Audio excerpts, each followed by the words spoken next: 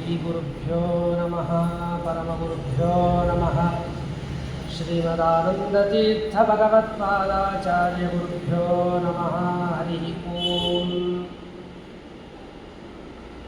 योऽन्तः प्रविश्य मम वाचमिमां प्रसुप्तां सञ्जीवयत्यखिलशक्तिधरस्वधाम्ना अन्यांश्च हस्तचरणश्रवणत्वगादीन् प्राणान् नमो भगवते पुरुषाय तुभ्यम् ओष्ठापिदानानुलीदन्तैः परिवृतापभिः सर्वस्यैवाचैषाचारुमामिह वादयेत् नारायणाय परिपूर्णगुणार्णवाय विश्वोदयस्थितिलयोन्नियतिप्रदाय ज्ञानप्रदाय विबुधासुरसौख्यदुःखसत्कारणाय वितताय नमो नमस्ते। अभ्रमं भङ्गरहितम् अजडं विमलं सदा आनन्दतीर्थमतुलं भजे तापत्रयापहम् चित्रैः पदैश्च गम्भीरैः वाक्यैर्मानैरखण्डितैः गुरुभावं व्यञ्जयन्ति भाति श्रीजयतीर्थवाक् श्रीसत्यवरविद्याद्धेरुत्थिता जगतीतले सुधा श्रीसत्यधर्माख्या पावयेत् स्मरतः सतः सत्याभिज्ञकराब्जोत्थां पञ्चाशद्वर्षपूजकां सत्यप्रमोदतीर्थार्यां नौमिन्यायसुधारताम् विशुद्धं यस्य कौपीनं सुविद्याबोधकं सदा श्रीसत्यात्मगुरुं नौमि सुविद्येन्द्रनमस्कृतम् आपादमौलिपर्यन्तं गुरूणामाकृतिं स्मरेत् तेन विघ्नाः प्रणश्यन्ति सिद्ध्यन्ति च मनोरथाः अस्मद्गुरुसमारम्भां टीकाकृत्पादमध्यगां श्रीमदाचार्यपर्यन्तां वन्दे गुरुपरम्परां श्रीगुरुभ्यो नमः हरि ओम्।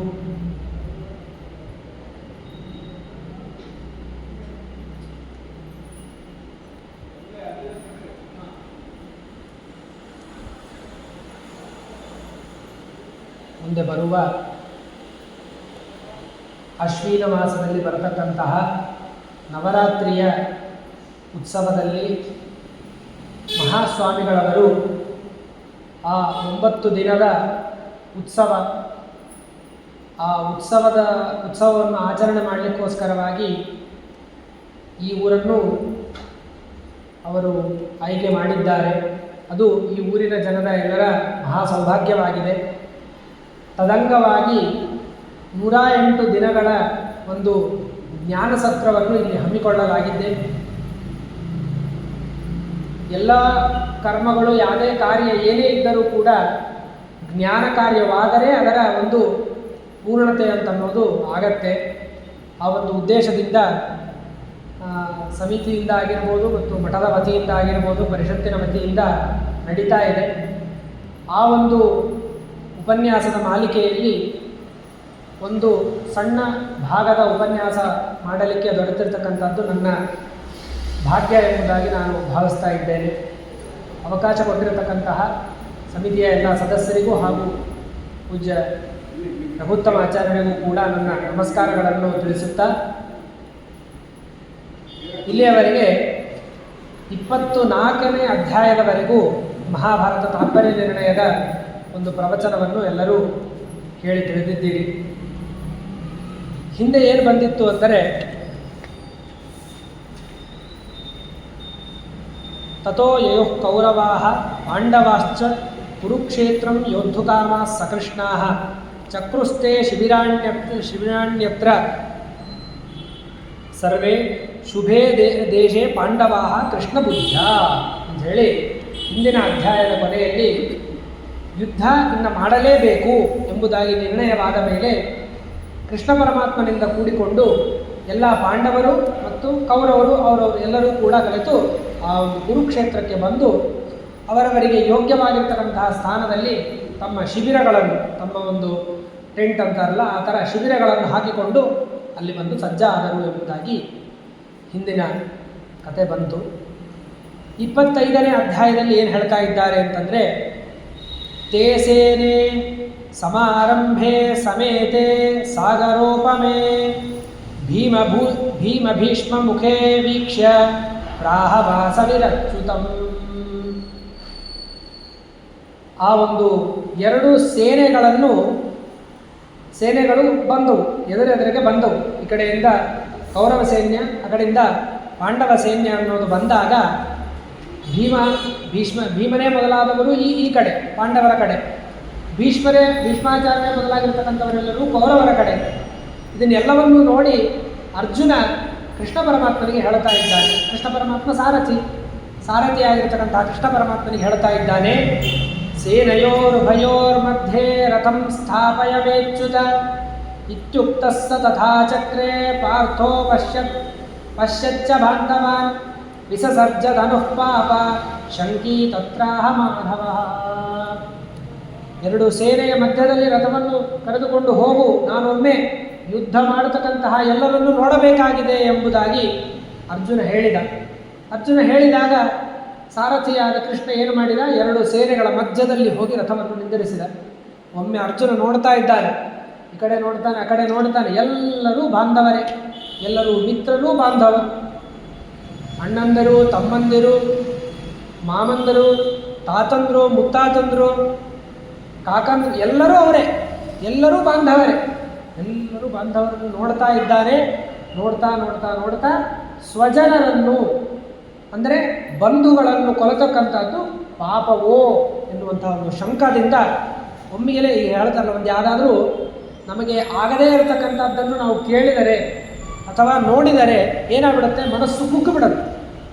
ಆ ರೀತಿಯಾಗಿ ಅರ್ಜುನ ಒಮ್ಮಿಗೆಲೆ ಇವರೆಲ್ಲರ ಜೊತೆ ನಾನು ಯುದ್ಧ ಆಡಬೇಕಾ, ಇವರನ್ನೆಲ್ಲರನ್ನು ನಾನು ಕೊಲ್ಲಬೇಕಾ ಅಂಥೇಳಿ ಆ ಒಂದು ವಿಚಾರ ಮಾಡಿಯೇ ಅವನು ಕುಗ್ಗಿ ಆ ಧನಸ್ಸನ್ನು ಬಿಟ್ಟು ನೆಲಕ್ಕೆ ಬಿಟ್ಟು, ಪಾಪ ಏನೋ ಇದನ್ನು ಮಾಡಿದರೆ ಇದು ನನಗೆ ಪಾಪ ಬಂದ್ಬಿಡುತ್ತದೆ ಎಂಬುವಂಥ ಶಂಕೆಯಿಂದ ಕೆಳಗೆ ಕೂತು ಬಿಡ್ತಾ ಇದ್ದಾನೆ ಅರ್ಜುನ. ಅವಾಗ ಶ್ರೀಕೃಷ್ಣ ಪರಮಾತ್ಮ ಹೇಳ್ತಾ ಇದ್ದಾನೆ, ಸ್ವಧರ್ಮೋ ದುಷ್ಟ ನಿಧನಂ ಧರ್ಮ ಜ್ಞಾನಾನುಪಾಲನಂ. ಸ್ವಧರ್ಮ ಯಾವುದು? ಅವರವರಿಗೆ ಯೋಗ್ಯವಾಗಿರತಕ್ಕಂತಹ ವಿಹಿತವಾದ ಧರ್ಮಗಳನ್ನು ಮಾಡಲಿಕ್ಕೇ ಬೇಕು. ಬ್ರಾಹ್ಮಣನಾಗಿರ್ತಕ್ಕಂಥವನು ಅಜ್ಞಾನವನ್ನು ಕಳೆದು ಸುಜ್ಞಾನವನ್ನು ಪಡಿಸಬೇಕು. ತಾನೂ ಕೂಡ ಅಜ್ಞಾನವನ್ನು ಕಳೆದುಕೊಂಡು ಜ್ಞಾನವನ್ನು ಪಡೆದುಕೊಳ್ಳಬೇಕು.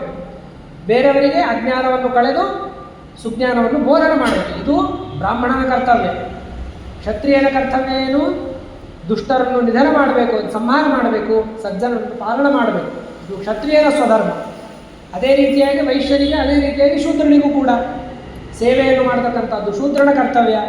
ವ್ಯಾಪಾರವನ್ನು ಮಾಡಿ ಸರಿಯಾಗಿರ್ತಕ್ಕಂತಹ ಆ ಏನಿರ್ತದ ಪದಾರ್ಥಗಳು ಅದಕ್ಕೆ ಸರಿಯಾದ ಬೆಲೆಯನ್ನು ಇಟ್ಟು ಸರಿಯಾದ ರೀತಿಯಲ್ಲಿ ವ್ಯಾಪಾರವನ್ನು ಮಾಡಿ ಆ ವ್ಯಾಪಾರ ಮಾಡುವುದೇ ಅವನ ಧರ್ಮ.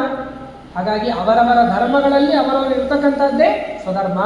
ಹಾಗಾಗಿ ನೀನು ಕ್ಷತ್ರಿಯನಾಗಿದ್ದಿ, ನಿನ್ನ ಕರ್ತವ್ಯವೇನು? ಬಾಂಧವರು ಅವ್ರನ್ನ ಕೊಲ್ಲ ಬೇಡ, ಇದೆಲ್ಲ ನಿನ್ನ ಕರ್ತವ್ಯನೇ ಅಲ್ಲ. ಈಗ ನೀನು ವಿಚಾರಣೆ ಮಾಡಬಾರ್ದು. ಅವರು ಕೆಟ್ಟವರ ಯಾರೇ ಆಗಿದ್ದು ಕೊಲ್ಲಬೇಕಷ್ಟೆ. ಅವ್ರು ಯಾರೇ ಆಗಿರಲಿ, ದುಷ್ಟರಾದರೆ ಶಿಕ್ಷಣ ಮಾಡಲಿಕ್ಕೇ ಬೇಕು ಅಂಥೇಳಿ ಕೃಷ್ಣ ಪರಮಾತ್ಮ ಗೀತಾ ಉಪದೇಶವನ್ನು ಮಾಡ್ತಾ ಇದ್ದಾನೆ. ಆ ಗೀತಾದ ಸಾರಾಂಶವನ್ನು ಇಲ್ಲಿ 4-5 ಶ್ಲೋಕಗಳಲ್ಲಿ ಸಂಕ್ಷಿಪ್ತವಾಗಿ ಹೇಳಿ ಮುಂದೆ ಯುದ್ಧದ ಪ್ರಾರಂಭವನ್ನು ಹೇಳ್ತಾ ಇದ್ದಾರೆ. ಕ್ಷತ್ರಿಯಸ್ಯ ತಮುತ್ಸೃಜ್ಯ ನಿಂದಿತೋ ಯಾತ್ಯದೋ ಧ್ರುವಂ. ಒಂದು ವೇಳೆ ನೀನೇನಾದರೂ ಈಗ ಪಾಪಶಂಕೆಯಿಂದ ಯುದ್ಧ ಮಾಡದಿದ್ದರೆ, ದುಷ್ಟರ ನಿಗ್ರಹವನ್ನು ಮಾಡಲೇ ಇದ್ದರೆ ನಿನಗೇನಾಗತ್ತೆ? ಅಧೋಗತಿ ಆಗತ್ತೆ. ಕಣ್ಣು ಮುಂದೆ ಅಧರ್ಮ ನಡೀತಿದ್ದು, ಅದು ಗೊತ್ತಿದ್ದು, ಇದು ಅಧರ್ಮ ಗೊತ್ತಿದ್ದು ನೀನು ಸುಮ್ಮನಿದ್ದರೆ ನಿನಗೆ ಅಧೋಗತಿ ಅನ್ನೋದು ನಿಶ್ಚಿತ. ಹಾಗಾಗಿ ನೀನು ಈ ರೀತಿಯಾಗಿ ಮಾಡ್ತಕ್ಕಂಥದ್ದು ಸರಿಯಲ್ಲ. ಸರಿ ಆಯಿತು. ಹಾಗಾದರೆ ಹೇಗೆ ಬಾಂಧವರನ್ನು ಎದುರಿಗೆ ಇಟ್ಟುಕೊಂಡು ತಾತಂದ್ರನ್ನು ಅಥವಾ ಅಜ್ಜಂದರು ಅಣ್ಣ ತಮ್ಮಂದ್ರು ಇವ್ರನ್ನ ಹೆಂಗೆ ನಾನು ಎದರ ನೋಡ್ತಾ ಕೊಲ್ಲಿ ಅಂತ ನನಗೆ ಹೇಳ್ತಾ ಇದ್ದಾರೆ. ನೀನು ಯಾರು ಕೊಲ್ಲಲಿಕ್ಕೆ? ಅವ್ರು ಯಾರು ಸಾಯಲಿಕ್ಕೆ? ಎಲ್ಲರಲ್ಲಿಯೂ ಅಂತರ್ಯಾಮಿಯಾಗಿ ಇದ್ದವನು ನಾನೇ, ಎಲ್ಲರನ್ನು ಹುಟ್ಟಿಸುವವನು ನಾನೇ, ಎಲ್ಲರನ್ನು ಕೊಲ್ಲುವವನು ನಾನೇ. ಅದೇ ಅಲ್ವಾ ದೇವರು ಮಾಡೋದು. ದೇವರ ಸ್ವಾತಂತ್ರ್ಯ ಏನು ಉಳಿತು? ಎಲ್ಲರೂ ತಮ್ಮ ಇಚ್ಛಾ ಬಂದಂಗೆ ನಡೆದ್ರೆ, ಯಾವಾಗ ಬೇಕು ನನಗೀಗ ಒಬ್ರು ಯಾರನ್ನ ಕೊಲ್ಲಬೇಕನ್ನಿಸ್ತು ಅಥವಾ ನಾ ಯಾರನ್ನ ಹುಟ್ಟಿಸ್ಬೇಕಂತ ನಾ ಮಾಡಿಬಿಟ್ರೆ ದೇವರದೇನು ಬಂತು? ಇದು ಯಾವುದೂ ಅಲ್ಲೇ ಅಲ್ಲ, ದೇವರಿಂದಲೇ ಎಲ್ಲವೂ ನಡೀತಕ್ಕಂಥದ್ದು. ದೇವರ ಸಂಕಲ್ಪವಿದ್ದರೇ ಒಂದು ಜೀವ, ಜನ ಅಂದರೆ ಹುಟ್ಟಿವೆ. ಜೀವ ಅಂದರೆ ಜೀವನಿಗೆ ದೇಹ ಸಂಬಂಧ ಅನ್ನುವಂಥ ಜನ ಹುಟ್ಟು ಅನ್ನೋದು ಬರುತ್ತೆ. ದೇವರ ಸಂಕಲ್ಪವಿದ್ದರೇ ಒಬ್ಬನ ಸಾವು. ಇಲ್ಲ ಅಂದರೆ ಶತಪ್ರಯತ್ನ ಮಾಡಿದರೂ ಅವನು ಸಾಯಲಿಕ್ಕೆ ಸಾಧ್ಯ ಇಲ್ಲ, ಏನು ಮಾಡಿದರೂ ಸಾಯಲ್ಲ. ಹಾಗಾಗಿ ಯತ ಪ್ರವೃತ್ತಿರ ಭೂತಾನಾಂ ಏನ ಸರ್ವಮಿದಂ ತತಂ ಸ್ವಕರ್ಮಣ ತಮಭ್ಯರ್ಚ ಸಿದ್ಧಿಂ ವಿಂದಂತಿ ಮಾನವ. ಹಾಗಾಗಿ ಏನು ಮಾಡಬೇಕು? ಯಾವ ಭಗವಂತನಿಂದ ಈ ಎಲ್ಲ ಭೂತಗಳು ಅಂದರೆ ನೀವು ಜಗತ್ತಿನಲ್ಲಿರ್ತಕ್ಕಂತಹ ಎಲ್ಲ ಪದಾರ್ಥಗಳು, ಎಲ್ಲ ಭೂತ ಅಂದರೆ ಯಾವ್ದಾರ ಆಗಿರ್ಬೋದು, ಅಂದರೆ ಮನುಷ್ಯರಾಗಿರ್ಬೋದು, ಪ್ರಾಣಿಗಳಾಗಿರ್ಬೋದು, ಪಶು ಪಕ್ಷಿಗಳಾಗಿರ್ಬೋದು, ಜಡವಸ್ತುಗಳಾಗಿರ್ಬೋದು, ಎಲ್ಲವೂ ಕೂಡ ಭಗವಂತನಿಂದಲೇ ಹುಟ್ಟಿರ್ತಕ್ಕಂಥದ್ದಾಗಿದೆ. ಅಷ್ಟೇ ಅಲ್ಲ, ಅವೆಲ್ಲವನ್ನೂ ಸೃಷ್ಟಿ ಮಾಡಿ ಭಗವಂತ ಅವೆಲ್ಲದರಲ್ಲಿಯೂ ಕೂಡ ಪ್ರವೇಶ ಮಾಡಿದ್ದಾನೆ. ಏನ ಸರ್ವಮಿದಂ ತತಂ, ಎಲ್ಲದರಲ್ಲಿಯೂ ವ್ಯಾಪ್ತನಾಗಿದ್ದಾನೆ ಪರಮಾತ್ಮ. ಹಾಗಾಗಿ ಏನು ಮಾಡಬೇಕು? ಅವ್ರನ್ನೇನು ಕೊಲ್ಲಿ, ಇವ್ರನ್ನೇನು ಕೊಲ್ಲಿ ವಿಚಾರಣೆ ಮಾಡಬೇಡ್ರಿ. ನಿಮಗೆ ಹೇಳಿರ್ತಕ್ಕಂತಹ ಧರ್ಮವೇನಿದೆಯಲ್ಲ, ಆ ಧರ್ಮಾನುಷ್ಠಾನದಿಂದಲೇ ಸರ್ವತ್ರ ವ್ಯಾಪ್ತನಾಗಿರ್ತಕ್ಕಂತಹ ಭಗವಂತನ ಪೂಜೆಯನ್ನು ಮಾಡಿರಿ. ನಾವು ಜ್ಞಾನ ಕಾರ್ಯ ಮಾಡೋದೇ ಇದು ಭಗವಂತನ ಪೂಜೆ. ಹೇಗೋ ಅದೇ ರೀತಿಯಾಗಿ ಕ್ಷತ್ರಿಯರಿಗೆ ದುಷ್ಟರನ್ನು ಕೊಲ್ಲುವುದೇ ಅವರಿಗೆ ದೇವರ ಪೂಜೆ. ಅವರೇನು ಮತ್ತೆ ಕೂತು ಒಂದು ಮಂಟಪ ಹಾಕ್ಕೊಂಡು ದೇವರ ಪೂಜಾ ಮಾಡಿ ಅಭಿಷೇಕ ಮಾಡೋದು ಬೇಕಾಗಿಲ್ಲ. ಅವ್ರು ಮಾಡ್ತಕ್ಕಂಥದ್ದೇನು? ದುಷ್ಟರ ನಿಗ್ರಹ. ದುಷ್ಟರನ್ನು ನಿಗ್ರಹ ಮಾಡಿದ್ರೇ ಅದು ದೊಡ್ಡ ಪೂಜೆ ದೇವರಿಗೆ. ಹಾಗಾಗಿ ಸ್ವಕರ್ಮಣ ತಮಭ್ಯರ್ಚ, ಹೀಗೆ ಮಾಡಿದರೇ ಸಿದ್ಧಿ ಅನ್ನೋದು ಪಡ್ಕೊಳ್ತಾರೆ, ಇಲ್ಲಾಂದರೆ ಆಗೋದಿಲ್ಲ. ನಚು ಶೋಕಸ್ಪ್ರಯಾಕಾರ್ಯೋ ಬಂಧೂನಾಂ ನಿಧನೇಚ್ಛೆಯ ದೇಹಸ್ಯ ಸರ್ವದಾ ನಾಶಾತ್ ಅನಾಶ ಚೇತನಸ್ಯ ಚ. ಕೃಷ್ಣ ಪರಮಾತ್ಮ ಕೇಳ್ತಾ ಇದ್ದಾನೆ, ಅಲ್ಲಪ್ಪ ಅರ್ಜುನ, ನೀನು ದುಃಖ ಪಡ್ತಾ ಇದ್ದಿ. ಯಾಕೆ ದುಃಖ ಪಡ್ತಾ ಇದ್ದಿ? ಜನರು ಸಾಯ್ತಾರೆ, ಬಾಂಧವರೆಲ್ಲರೂ ಸತ್ತೋಗ್ತಾರೆ, ಅವರೆಲ್ಲರೂ ಮರಣವನ್ನು ಹೊಂತಾರೆ ಅಂತ ನೀನು ದುಃಖ ಪಡ್ತಾ ಇದ್ದೀಯಾ? ಮರಣ ಅಂದರೆ ಏನಪ್ಪ? ಎರಡು ಪ್ರಶ್ನೆ ಬರುತ್ತೆ. ಮರಣ ಅಂದರೆ ಎರಡು ರೀತಿ. ಈ ಹೊರಕರತಕ್ಕಂತಹ ದೇಹದ ನಾಶವೋ, ಒಳಗಿರುವ ಜೀವ ಚೇತನದ ನಾಶನೋ? ಕೇಳ್ತಾನೆ ಕೃಷ್ಣ ಪರಮಾತ್ಮ. ವಿಕಲ್ಪ ಮಾಡಿ ಕೃಷ್ಣ ಪರಮಾತ್ಮನಿಗೆ ಉತ್ತರ ಕೊಡ್ತಾ ಇದ್ದಾನೆ. ದೇಹ ನಾಶ ಆಗಲಿ, ಏನಾಗಬೇಕಾಗಿದೆ? ಸಣ್ಣವರಿದ್ದಾಗ ಸಣ್ಣದಾಗಿದ್ವಿ, ದೊಡ್ಡವರಾಗ್ತಾ ಬಂದ್ವಿ, ಯೌವನ ಬಂತು, ದೇಹ ದೃಢವಾಯಿತು, ಮುದುಕರಾದ್ವಿ, ಮೆತ್ತಗಾಯಿತು, ಜೀವ ಹೋಯಿತು. ಅಂದರೆ ನಿನ್ನೆ ಇದ್ದಂತೆ ಇವತ್ತಿರೋದಿಲ್ಲ ದೇಹ, ಇವತ್ತಿದ್ದಂತೆ ನಾಳೆ ಇರೋದಿಲ್ಲ. ಹೇಗೋ ಹಾಗೆ ಹಿಂದಿನ ಜನ್ಮದಲ್ಲಿರ್ತಕ್ಕಂಥ ದೇಹ ಈಗಿಲ್ಲ, ಈಗಿರ್ತಕ್ಕಂತಹ ದೇಹ ಮುಂದಿರೋದಿಲ್ಲ. ಹಾಗಾಗಿ ಈ ದೇಹ ನಾಶವಾಗ್ತದೆ ಅನ್ನೋದು ನೀವು ಯಾಕೆ ದುಃಖ ಪಡ್ತಾ ಇದ್ದೀರಿ? ಈ ದೇಹ ನಶ್ವರನೇ ಆಗಿದೆ, ಶಾಶ್ವತವಲ್ಲೇ ಅಲ್ಲ. ಹಾಗಾಗಿ ಈ ವಿಷಯದಲ್ಲಿ ದುಃಖ ಪಡೋದು ಬೇಡ. ಸರಿ, ಬೇಡ. ಚೇತನ ಸಂಹಾರ ಆಗ್ತದೆ, ಚೇತನ ಮರಣ ಆಗ್ತದೆ ಅಂತ ಅನ್ನೋದಾದರೆ ಚೈತನ್ಯ ಎಂದೂ ಮರಣ ಆಗೋದು. ಜೀವ ಅನಾದಿ, ನಿತ್ಯ, ಅನಾದಿ ಕಾಲದಿಂದಲೂ ಇದ್ದಾನೆ, ಅನಂತ ಕಾಲದವರೆಗೂ ಇದ್ದೇ ಇರ್ತಾನೆ. ಅವನಿಗೆ ನಾಶ ಅನ್ನೋದೇ ಇಲ್ಲ. ಹಾಗಾಗಿ ನಾನು ಕೊಲ್ತೇನೆ, ಅವರು ಸಾಯ್ತಾರೆ, ಇದೆಲ್ಲ ಯಾಕೆ ವಿಚಾರ ಮಾಡ್ತಾ ಇದ್ದಿ? ಮಾಡಲೇಬೇಡ ಅಂಥೇಳಿ ದೇವರು ಕೃಷ್ಣ ಪರಮಾತ್ಮ ಯಾರಿಗೆ? ಅರ್ಜುನನಿಗೆ ಹೇಳ್ತಾ ಇದ್ದಾನೆ. ಸೃಷ್ಟಿ ಸ್ಥಿತ್ಯಪ್ಯಯ ಜ್ಞಾನ ಬಂಧ ಮೋಕ್ಷ ಪ್ರವೃತ್ತಯ ಪ್ರಕಾಶ ನಿಯಮೌ ಚೈವ ಬ್ರಹ್ಮೇಶಾದಿ ಕ್ಷರಸ್ಯ ಚ ಅಕ್ಷರ ಪ್ರಕೃತೇಶ್ಚೈವ ಮತ್ತೈವ ನ ಚಾನ್ಯಥಾ. ಸೃಷ್ಟಿ, ಸ್ಥಿತಿ, ಸಂಹಾರ, ನಿಯಮನ, ಜ್ಞಾನ, ಅಜ್ಞಾನ, ಬಂಧ, ಮೋಕ್ಷ ಈ 8 ಕೂಡ ನಾನೇ ಮಾಡ್ತಕ್ಕಂಥವನು. ಯಾರಿಗೆ? ಅಕ್ಷರ ಪುರುಷರಾಗಿರ್ತಕ್ಕಂತಹ ಲಕ್ಷ್ಮೀದೇವಿ, ಕ್ಷರಪುರುಷರಾದ ಬ್ರಹ್ಮನಿಂದ ಹಿಡಿದುಕೊಂಡು ತೃಣಜೀವೇ ತನಕ ಎಲ್ಲರಿಗೂ ಕೂಡ ಸೃಷ್ಟಿ ನಾನೇ ಮಾಡ್ತೀನಿ, ಸ್ಥಿತಿ ನಾನೇ ಮಾಡ್ತೀನಿ, ಮರಣ ನಾನೇ ಮಾಡ್ತೀನಿ, ನಿಯಮನ, ಜ್ಞಾನ, ಅಜ್ಞಾನ, ಬಂಧ, ಮೋಕ್ಷ ಎಲ್ಲವನ್ನೂ ಕೊಡ್ತಕ್ಕಂಥವನು ನಾನೇ. ಹೀಗಿದ್ದಾಗಿ ನಿನ್ನಲ್ಲಿ ಇದ್ದು ಕೊಲ್ತಕ್ಕಂಥವನು ನಾನೇ, ಅವನಲ್ಲಿ ಇದ್ದು ಸಾಯುವಂತೆ ಮಾಡುವವನು ನಾನೇ.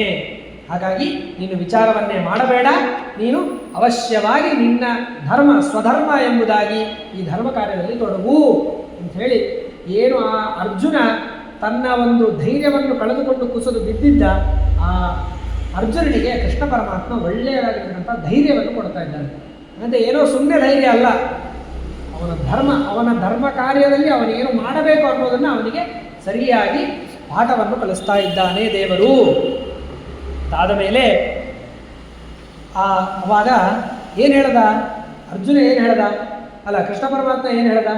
ಎಲ್ಲವನ್ನೂ ಸೃಷ್ಟಿ ಮಾಡಿದವನು ನಾನೇ, ಎಲ್ಲದರಲ್ಲೂ ಇದ್ದವನು ನಾನೇ, ಹಾಗಾಗಿ ಎಲ್ಲ ಮಾಡ್ತಕ್ಕಂಥವನು ನಾನೇ ಅಂತ ಹೇಳಿದ್ನ. ಹಾಗಾದರೆ ಆ ಅರ್ಜುನ ಕೇಳ್ತಾ ಇದ್ದಾರೆ, ದೇವರೇ, ಅಂತಹ ನಿನ್ನ ಒಂದು ವಿಶ್ವರೂಪದ ದರ್ಶನವನ್ನು ನನಗೆ ಮಾಡಿಸ್ತೀಯಾ ಅಂಥೇಳಿ ಆ ಅರ್ಜುನ ಹೇಳಿದಾಗ ಅವಾಗ ಆ ಕೃಷ್ಣ ಪರಮಾತ್ಮ ಏನು ಮಾಡ್ತಾ ಇದ್ದಾನೆ ಅಂತಂದರೆ, ನಿನಗೆ ಇರ್ತಕ್ಕಂತಹ ಈ ಸಾಮಾನ್ಯವಾದ ಒಂದು ಏನು ಚಕ್ಷುಷಿದೆಯಲ್ಲ, ಈ ಚಕ್ಷುಷಿನಿಂದ ನನ್ನ ವಿಶ್ವರೂಪವನ್ನು ನೀನು ನೋಡಲಿಕ್ಕೆ ಸಾಧ್ಯವಿಲ್ಲ. ಅವತಾರ ರೂಪವನ್ನೇನೋ ನೋಡ್ತಾ ಇದ್ದಿ, ಯದ್ಯಪಿ ಅದಕ್ಕೂ ಇದಕ್ಕೂ ಅಭೇದ ಇದೆ. ಆದರೆ ವಿಶ್ವರೂಪವನ್ನು ನೀನು ನೋಡಬೇಕು ಅನ್ನೋದರೆ ನಿನಗೆ ದಿವ್ಯವಾದ ಒಂದು ಚಕ್ಷುಷ್ ಅನ್ನೋದು ಬೇಕು. ನಾನು ನಿನಗೆ ಅದನ್ನು ಕರುಣಿಸ್ತೇನೆ. ಅಥ ದಿವ್ಯ ದೃಶಂ ತಸ್ಯ ದತ್ವಾ ವ್ಯಾಪ್ತಂ ನಿಜಂ ಬಭುಃ ದೇಶದ ಕಾಲದಶ್ಚೈವ ಪೂರ್ಣಂ ಸರ್ವಗುಣೈಃ ಸದಾ ದರ್ಶಯಾಮಾಸ ಭಗವಾನ್ ಯಾವತ್ಯರ್ಜುನ ಯೋಗ್ಯತಾ. ಸರಿ, ಹಾಗಾದರೆ ಎಷ್ಟು ತೋರಿಸಿದ ಭಗವಂತ? ವಿಶ್ವರೂಪವನ್ನು ಎಷ್ಟು ತೋರಿಸಿದ ಅಂದರೆ ತನಗೆ ಏನು ಎಷ್ಟು ವಿಶ್ವರೂಪದ ಎಲ್ಲವನ್ನೂ ತೋರಿಸಿದ್ನ? ಇಲ್ಲ. ಭಗವಂತ, ಇದೇ ಭಗವಂತನ ಒಂದು ವೈಶಿಷ್ಟ್ಯ ಏನು ಅಂತಂದರೆ, ಈಗ ನಾವಿದ್ದೀವಿ, ನಾನು ಈಗ ಇಲ್ಲಿ ಕುಳಿತವರಿಗೆ ಎಲ್ಲರಿಗೂ ಕೂಡ ಒಂದೇ ಥರ ಕಾಣಿಸ್ತಾ ಇದ್ದೇನೆ, ಯಾರಿಗೂ ಹೆಚ್ಚು ಕಡಿಮೆ ಕಾಣಿಸ್ಲಿಕ್ಕೆ ಸಾಧ್ಯ ಇಲ್ಲ. ಯಾಕೆ ನನ್ನಲ್ಲೂ ಏನಂತ ಏನಿದ್ರು ಹಿಂಗೆ ಇದ್ದೀನಿ, ಎಲ್ಲರೂ ಹಿಂಗೆ ನೋಡ್ಬೇಕು ನಾನು. ಆದರೆ ದೇವರ ಸಾಮರ್ಥ್ಯ ಏನು ಅಂದರೆ, ತಾನು ಇದ್ದಂಗೆ ಇರ್ತಾನೆ, ಆದರೆ ತಾನು ತೋರೋದು ಮಾತ್ರ ಒಬ್ಬೊಬ್ಬರಿಗೆ ಒಂದು ಥರ ತೋರ್ತಾನೆ. ಬ್ರಹ್ಮದೇವರಿಗೆ ತೋರ್ತಕ್ಕಂಥದ್ದೇ ಬೇರೆ, ಲಕ್ಷ್ಮೀದೇವಿಗೆ ತೋರ್ತಕ್ಕಂಥದ್ದೇ ಬೇರೆ. ಅವರವರ ಯೋಗ್ಯತಾನುಸಾರವಾಗಿ ದೇವರು ಎಲ್ಲರಿಗೂ ತೋರ್ತಾನೆ. ಅಲ್ಲೇ ಆ ಏನಂತಾರೆ, ಆ ಯುದ್ಧದ ಪ್ರಸಂಗದಲ್ಲೇ ವಿಶ್ವರೂಪ ದರ್ಶನವನ್ನು ಮಾಡಿಸಿದ ಭಗವಂತ. ಆದರೆ ಅಲ್ಲೇ ಇರತಕ್ಕಂತಹ ಭೀಮಸೇನ ದೇವರು ನೋಡಿದ ರೂಪವೇ ಬೇರೆ, ಅರ್ಜುನ ನೋಡತಕ್ಕಂತಹ ಆ ಭಗವಂತನ ವ್ಯಾಪ್ತಿಯೇ ಬೇರೆ. ಅವನಿಗೆ ಯೋಗ್ಯವಾದಷ್ಟೇ ಅರ್ಜುನ ನೋಡಿದ, ಅಷ್ಟೇ ದೇವರು ಅವನಿಗೆ ತೋರಿಸಿದ ಅಂತಕ್ಕಂಥ ಒಂದು ಅದ್ಭುತವಾದ ತತ್ವವನ್ನು ಶ್ರೀಮದ್ ಆನಂದತೀರ್ಥ ಭಗವತ್ಪಾದಾಚಾರ್ಯರು ತಿಳಿಸ್ತಾ ಇದ್ದಾರೆ. ಒಮ್ಮೆ ಒಂದು ಸಣ್ಣದಾಗಿ ಒಂದು ಚಿಂತನೆಯನ್ನು ನಾವು ಇಲ್ಲಿ ಮಾಡೋಣ. ವಿಶ್ವರೂಪ ಅಂದರೆ ಹೇಗೆ? ದೇವರ ವಿಶ್ವರೂಪ ನಾವೆಲ್ಲ ಕಡೆ ಕೇಳಿದ್ದೀವಿ, ಅಂದರೆ ಗೀತಾ ಪ್ರವಚನಾದಿಗಳಲ್ಲಿ ಕೇಳಿರ್ತೀವಿ. ಅಂದರೆ ಎಲ್ಲ ಕಡೆ ಕಣ್ಣುಗಳು, ಎಲ್ಲ ಕಡೆ ಕಾಲುಗಳು, ಎಲ್ಲ ಕಡೆ ಅವನ ಹಸ್ತಗಳು, ಅಂದರೆ ಸರ್ವವ್ಯಾಪ್ತನಾಗಿದ್ದಾನೆ ಭಗವಂತ ಅಂತ. ಇದಕ್ಕೆ ತಕ್ಕಂತೆ ನಮಗೇನು ಸಿಗತ್ತೆ? ಆ ಒಂದು ಕಾಲ್ಪನಿಕವಾದ ಒಂದು ಚಿತ್ರ. ಭಗವಂತ ಉದ್ದ ಇರ್ತಾನೆ, 10 ತಲೆಗಳು, 10 ಕೈಗಳು, ಇದೆಲ್ಲ ಒಂದು ನೋಡಿಬಿಡ್ತೀವಿ. ಅಲ್ಲಲ್ಲಿ ಕಣ್ಣಿನಲ್ಲಿ ಸೂರ್ಯ, ಅವೆಲ್ಲ ಚಿತ್ರದಲ್ಲಿ ಒಂದು ಇಮ್ಯಾಜಿನ್ ಮಾಡಿರ್ತಾರೆ, ಅದನ್ನು ನೋಡ್ಬಿಟ್ಟಿರ್ತೀವಿ. ಇದು ಒಂಥರ ಆಯಿತು. ಆ ಥರ ಭಗವಂತ ರೂಪನೂ ಇದೆ. ಒಂದು ಈ ರೀತಿ ನನಗೆ ಚಿಂತನೆ ಬರುತ್ತೆ, ಭಗವಂತ ಎಲ್ಲ ಕಡೆಯೂ ಭಗವಂತನ ಕಣ್ಣಿದೆ, ಎಲ್ಲ ಕಡೆಯೂ ಭಗವಂತನ ಕಾಲಿದೆ, ಎಲ್ಲ ಕಡೆಯೂ ಭಗವಂತನ ರೂಪ ಇದೆ ಅಂತ. ಇದನ್ನು ನಾವು ಹೇಗೆ ಚಿಂತನೆ ಮಾಡೋದು ಅಂತ ಪ್ರಶ್ನೆ. ಅದಕ್ಕೆ ಈ ರೀತಿ ಒಂದು ಕಲ್ಪನೆ, ಅದು ಈ ರೀತಿಯಾಗಿ ಚಿಂತನೆ ಮಾಡಬಹುದು. ಹೇಗೆ? ನಾವು ಜಪಕ್ಕೆ ಕೂತಿರ್ತೀವಿ, ದೇವರ ಮುಂದೆ ದೇವರ ಒಂದು ಪ್ರತೀಕ ಅಥವಾ ಒಂದು ಫೋಟೋ ಅಥವಾ ದೇವರ ಮನೆಯಲ್ಲಿ ವಿಗ್ರಹದ ಮುಂದೆ ಕೂತಿರ್ತೀವಿ. ಕುಳಿತಿರ್ತಕ್ಕಂಥ ನಿಮ್ಮಲ್ಲಿ ದೇವರಿದ್ದಾನೆ, ಸಂಧ್ಯಾವಂದನ ಪಾತ್ರೆಯಲ್ಲಿ ದೇವರಿದ್ದಾನೆ, ನೀರಿನಲ್ಲಿ ದೇವರಿದ್ದಾನೆ, ಮಂಟಪದಲ್ಲಿ ದೇವರಿದ್ದಾನೆ, ಸಾಲಿಗ್ರಾಮದಲ್ಲಿ ದೇವರಿದ್ದಾನೆ, ಪ್ರತಿಮೆಯಲ್ಲಿ ದೇವರಿದ್ದಾನೆ, ಇಡುವ ತಟ್ಟೆಯಲ್ಲಿ ದೇವರಿದ್ದಾನೆ, ಎಲ್ಲ ಕಡೆ ದೇವರಿದ್ದಾನೆ. ಎಲ್ಲ ಕಡೆ ದೇವರು ಹೇಗಿದ್ದಾನೆ ಅಂದರೆ ಪೂರ್ಣ ಅವಯವ, ಕಣ್ಣು, ಮೂಗು, ಬಾಯಿ ಎಲ್ಲವೂ ಇದೆ. ಹಾಗಿದ್ದಾಗ ಈಗ ಏನಾಯ್ತು? ಈಗ ದೇವರ ಮನೆ, ನಿಮ್ಮಿಂದ ಸಹಿತವಾದ ಒಂದು ದೇವರ ಮನೆ, ಇಡೀ ಒಂದು ದೇವರ ವಿಗ್ರಹ ಅಂದರೆ ಒಂದು ರೂಪವಾಯಿತಾ? ಒಂದು ರೂಪದಲ್ಲಿ ಒಂದೇ ರೂಪವ? ಅದರಲ್ಲಿ ಒಳಗೊಳಗೂ ಒಂದು ಪುಸ್ತಕದಲ್ಲಿಯೂ ದೇವರು, ಗಂಟೆಯಲ್ಲಿ ದೇವರು, ಪೆನ್ನಲ್ಲಿ ದೇವರು, ಮೈಕಲ್ಲಿ ದೇವರು. ಅಂದರೆ ಏನಾಯಿತು? ದೇವರು ಇಲ್ಲಿದ್ದಾರೆ ಅಂದರೆ ಇಲ್ಲಿ ಒಂದು ದೇವರ ಕಣ್ಣಿದೆ, ಇಲ್ಲಿದ್ದರೆ ಇಲ್ಲೊಂದು ಕಣ್ಣಿದೆ, ಇಲ್ಲೊಂದು ಕಣ್ಣಿದೆ, ಇಲ್ಲೊಂದು ಕಣ್ಣಿದೆ, ಇಲ್ಲೊಂದು ಕಾಲು ಎಲ್ಲ ಕಡೆ. ಹಾಗಾಗಿ ಏನಾಯಿತು? ಇದು ಪೂರ್ಣ ಒಂದು ದೇವರ ವಿಗ್ರಹವಾದರೆ ಇದರ ಒಳಗಿರತಕ್ಕಂಥ ಒಂದೊಂದು ಪಾರ್ಟಿನಲ್ಲೂ ದೇವರಿದ್ದಾನೆ. ಇದಕ್ಕೊಂದು ಉದಾಹರಣೆ ಹೇಳಬೇಕಂತಂದರೆ, ಈ ಚಿತ್ರ ಬಿಡಿಸ್ತಕ್ಕಂತಹ ಕಲೆಗಾರರು ಒಂದು ಮಾಡ್ತಾರೆ. ಏನು ಮಾಡ್ತಾರೆ? ಶ್ರೀರಾಮ ಅಂತ ಬರೀತಾನೆ ರಾಮದೇವರ ಒಂದು ಚಿತ್ರವನ್ನು ಬಳಸ್ತಾರೆ. ಅಂದರೆ ನೋಡಿದರೆ ರಾಮದೇವರ ಚಿತ್ರ, ಅದನ್ನೇ ಝೂಮ್ ಮಾಡಿ ನೋಡಿದರೆ ಒಳಗಡೆ ಶ್ರೀರಾಮ ಅಂತ ಬರೆದಿರ್ತಾರೆ. ಅಂದರೆ ರಾಮನಾಮದಿಂದಲೇ ರಾಮನ ಒಂದು ಚಿತ್ರವನ್ನು ಬಿಡಿಸಿರ್ತಾರೆ. ಹಾಗೆ ಇಡೀ ಜಗತ್ತು ಒಂದು ಭಗವಂತನ ರೂಪ ಅಂತಾದರೆ, ಆ ರೂಪದ ಒಳಗಡೆ ಏನೇನು ಒಂದೊಂದು ಅವಯವಗಳಿವೆ. ಸಣ್ಣ ಒಂದು ಪರಮಾಣುವಿನಿಂದ ಹಿಡಿದುಕೊಂಡು ಆಕಾಶ ತನಕ ಪರಮಾಣುವಿನಲ್ಲೂ ದೇವರಿದ್ದಾನೆ, ಮಂತ್ರಾಕ್ಷತೆ ಕಾಲದ ದೊಡ್ಡ ರೂಪದಲ್ಲೂ ಇದ್ದಾನೆ, ಸ್ಥೂಲವಾದ ಮಠದಲ್ಲೂ ದೇವರಿದ್ದಾನೆ, ಗುಡ್ಡದಲ್ಲೂ ದೇವರಿದ್ದಾನೆ, ಆಕಾಶದಲ್ಲೂ ದೇವರಿದ್ದಾನೆ. ಎಲ್ಲದರಲ್ಲಿ ಹೇಗಿದ್ದಾನೆ? ಕಾಲು, ಕಣ್ಣು, ಮೂಗು, ಬಾಯಿ ಎಲ್ಲವೂ ಇದೆ. ಅದರಿಂದ ಕೂಡಿದ ಒಂದು ದೊಡ್ಡ ರೂಪವೂ ಇದೆ. ಈ ರೀತಿಯಾಗಿ ಇದನ್ನೇ ವಿಶ್ವರೂಪ ಎಂಬುದಾಗಿ ಚಿಂತನೆ ಮಾಡಬಹುದು ಎಂಬುದಾಗಿ ಇದು ಒಂದು ರೀತಿಯಾದ ಕಲ್ಪನೆ, ಚಿಂತನೆ. ಈ ರೀತಿಯಾಗಿ ಭಗವಂತ ಆ ಅರ್ಜುನನಿಗೆ ತೋರಿಸಿದ ಮೇಲೆ ಅರ್ಜುನ ನಮಸ್ಕಾರವನ್ನು ಮಾಡಿ ಪ್ರಾರ್ಥನೆ ಮಾಡಿದ ಮೇಲೆ ಭಗವಂತ ಮತ್ತೆ ಆ ವಿಶ್ವರೂಪದ ಉಪಸಂಹಾರವನ್ನು ಮಾಡಿ ಯಥಾ ಪ್ರಕಾರವಾಗಿ ಕೃಷ್ಣ ಪರಮಾತ್ಮನ ಒಂದು ರೂಪದಿಂದಲೇ ದರ್ಶನವನ್ನು ಕೊಡ್ತಾ ಇದ್ದಾನೆ. ಕೊಟ್ಟ ಮೇಲೆ ಜ್ಞಾನಂ ಜ್ಞೇಯಂ ಪ್ರಕೃತ್ಯಾದಿ ಜ್ಞಾಪಯಂ ಪುರುಷೋತ್ತಮ ತೇನಾನುಶಿಷ್ಟ ಪಾರ್ಥಸ್ತು ಸಶರಂ ಧನುರಾದದೆ. ಈ ರೀತಿಯಾಗಿ ಭಗವಂತನ ಒಂದು ಉಪದೇಶವನ್ನು ಕೇಳಿ ಸಂಪೂರ್ಣವಾದ ಧೈರ್ಯವನ್ನು ತಂದುಕೊಂಡಿರತಕ್ಕಂಥ ಅರ್ಜುನ ಬೇಗನೆ ಆ ಬಿಲ್ಲು ಬಾಣ ಎರಡನ್ನು ತಗೊಂಡು ಯುದ್ಧಕ್ಕೆ ಸಿದ್ಧನಾಗ್ತಾ ಇದ್ದಾನೆ. ಮೊದಲನೇ ಯುದ್ಧ ಪ್ರಾರಂಭವಾಗಿದೆ. ಏನಾಯಿತು? ಸೇನೆ ಆ ಕಡೆಯಿಂದ ಕೌರವ ಸೇನೆ ಬರ್ತಾ ಇದೆ. ಒಮ್ಮೆ ಕಲ್ಪನೆ ಮಾಡಿಕೊಳ್ಳಿ, ಕಣ್ಣು ಮುಚ್ಚು, ಒಮ್ಮೆ ವಿಚಾರ ಮಾಡೋಣ ಹೇಗಿದೆ ಯುದ್ಧ ಕಥೆಯನ್ನು ಕೇಳ್ತಾ ಹೋದರೆ ಈ 25-26ನೇ ಅಧ್ಯಾಯದಲ್ಲಿ ಬರೀ ಯುದ್ಧ. ಮೊದಲಿಗೆ ಒಂದು 15-16 ಶ್ಲೋಕಗಳು ಗೀತೋಪದೇಶವಾದರೆ ಇಲ್ಲಿಂದ ಪ್ರಾರಂಭವಾದದ್ದು 26ನೇ ಅಧ್ಯಾಯ ಮುಗಿಯೋ ತನಕ ಕೇವಲ ಯುದ್ಧವಿದೆ. ಅವ್ರು ಬಂದರು, ಇವ್ರು ಹೊಡೆದ್ರು, ಇವ್ರು ಸೋತರು, ಇವ್ರು ಗೆದ್ದರು, ಇಷ್ಟೇ ಇರುತ್ತೆ. ಆದರೆ ಒಮ್ಮೆ ನಾವು ಅದನ್ನು ಇಮ್ಯಾಜಿನ್ ಮಾಡ್ಕೊಳ್ಳೋಣ. ನಾವು ಕುರುಕ್ಷೇತ್ರದಲ್ಲಿ ನಿಲ್ಲೋಣ ಹೋಗಿ, ಆವಾಗ ನಮಗೆ ಆ ಯುದ್ಧದ ಒಂದು ಸ್ವಾರಸ್ಯ ಗೊತ್ತಾಗುತ್ತೆ. ಆ ಯುದ್ಧ ನಡಿಬೇಕಾದ್ರೆ ದೇವತೆಗಳೆಲ್ಲವೂ ಕೂಡ ಅಂತರಿಕ್ಷ ಲೋಕದಲ್ಲಿ ನಿಂತು ನೋಡ್ತಾ ಇದ್ದರಂತೆ. ಹಾಗೆ ನಾವು ಕೂಡ ಯುದ್ಧದ ಕಥೆಯನ್ನು ಕೇಳಬೇಕಾದ್ರೆ ಕಾಲ್ಪನಿಕವಾದ ಒಂದು ಲೋಕದಲ್ಲಿ ನಾವು ಕೂಡ ಆ ಯುದ್ಧದಲ್ಲಿ ಭಾಗವಹಿಸಬೇಕು. ಉದಾಹರಣೆ ಹೇಳಬಾರದು, ಆದರೂ ಹೇಳ್ತೇನೆ. ಈಗಿನ ಕಾಲದಲ್ಲಿ ಹೊರಗಡೆ ಈ ಚಲನಚಿತ್ರಗಳನ್ನು ನೋಡಬೇಕಾದ್ರೆ ತಾವು ಇನ್ವಾಲ್ವ್ ಆಗಿಬಿಟ್ಟಿರ್ತಾರೆ, ಅದರಲ್ಲಿ ತಾವೇ ಸಂಪೂರ್ಣವಾಗಿ ಇನ್ವಾಲ್ವ್ ಆಗಿಬಿಟ್ಟಿರ್ತಾರೆ. ಅಲ್ಲೇನಾದರೂ ಆಗ್ತಾ ಇದ್ರೆ ಇವನ ಮೇಲೆ ಪ್ರಭಾವ ಆಗ್ತಿರ್ತಾರೆ, ಅವನು ಆ ಭಾವನೆಗಳಿಗೆ ಇವನು ರಿಯಾಕ್ಟ್ ಮಾಡ್ತಿರ್ತಾನೆ.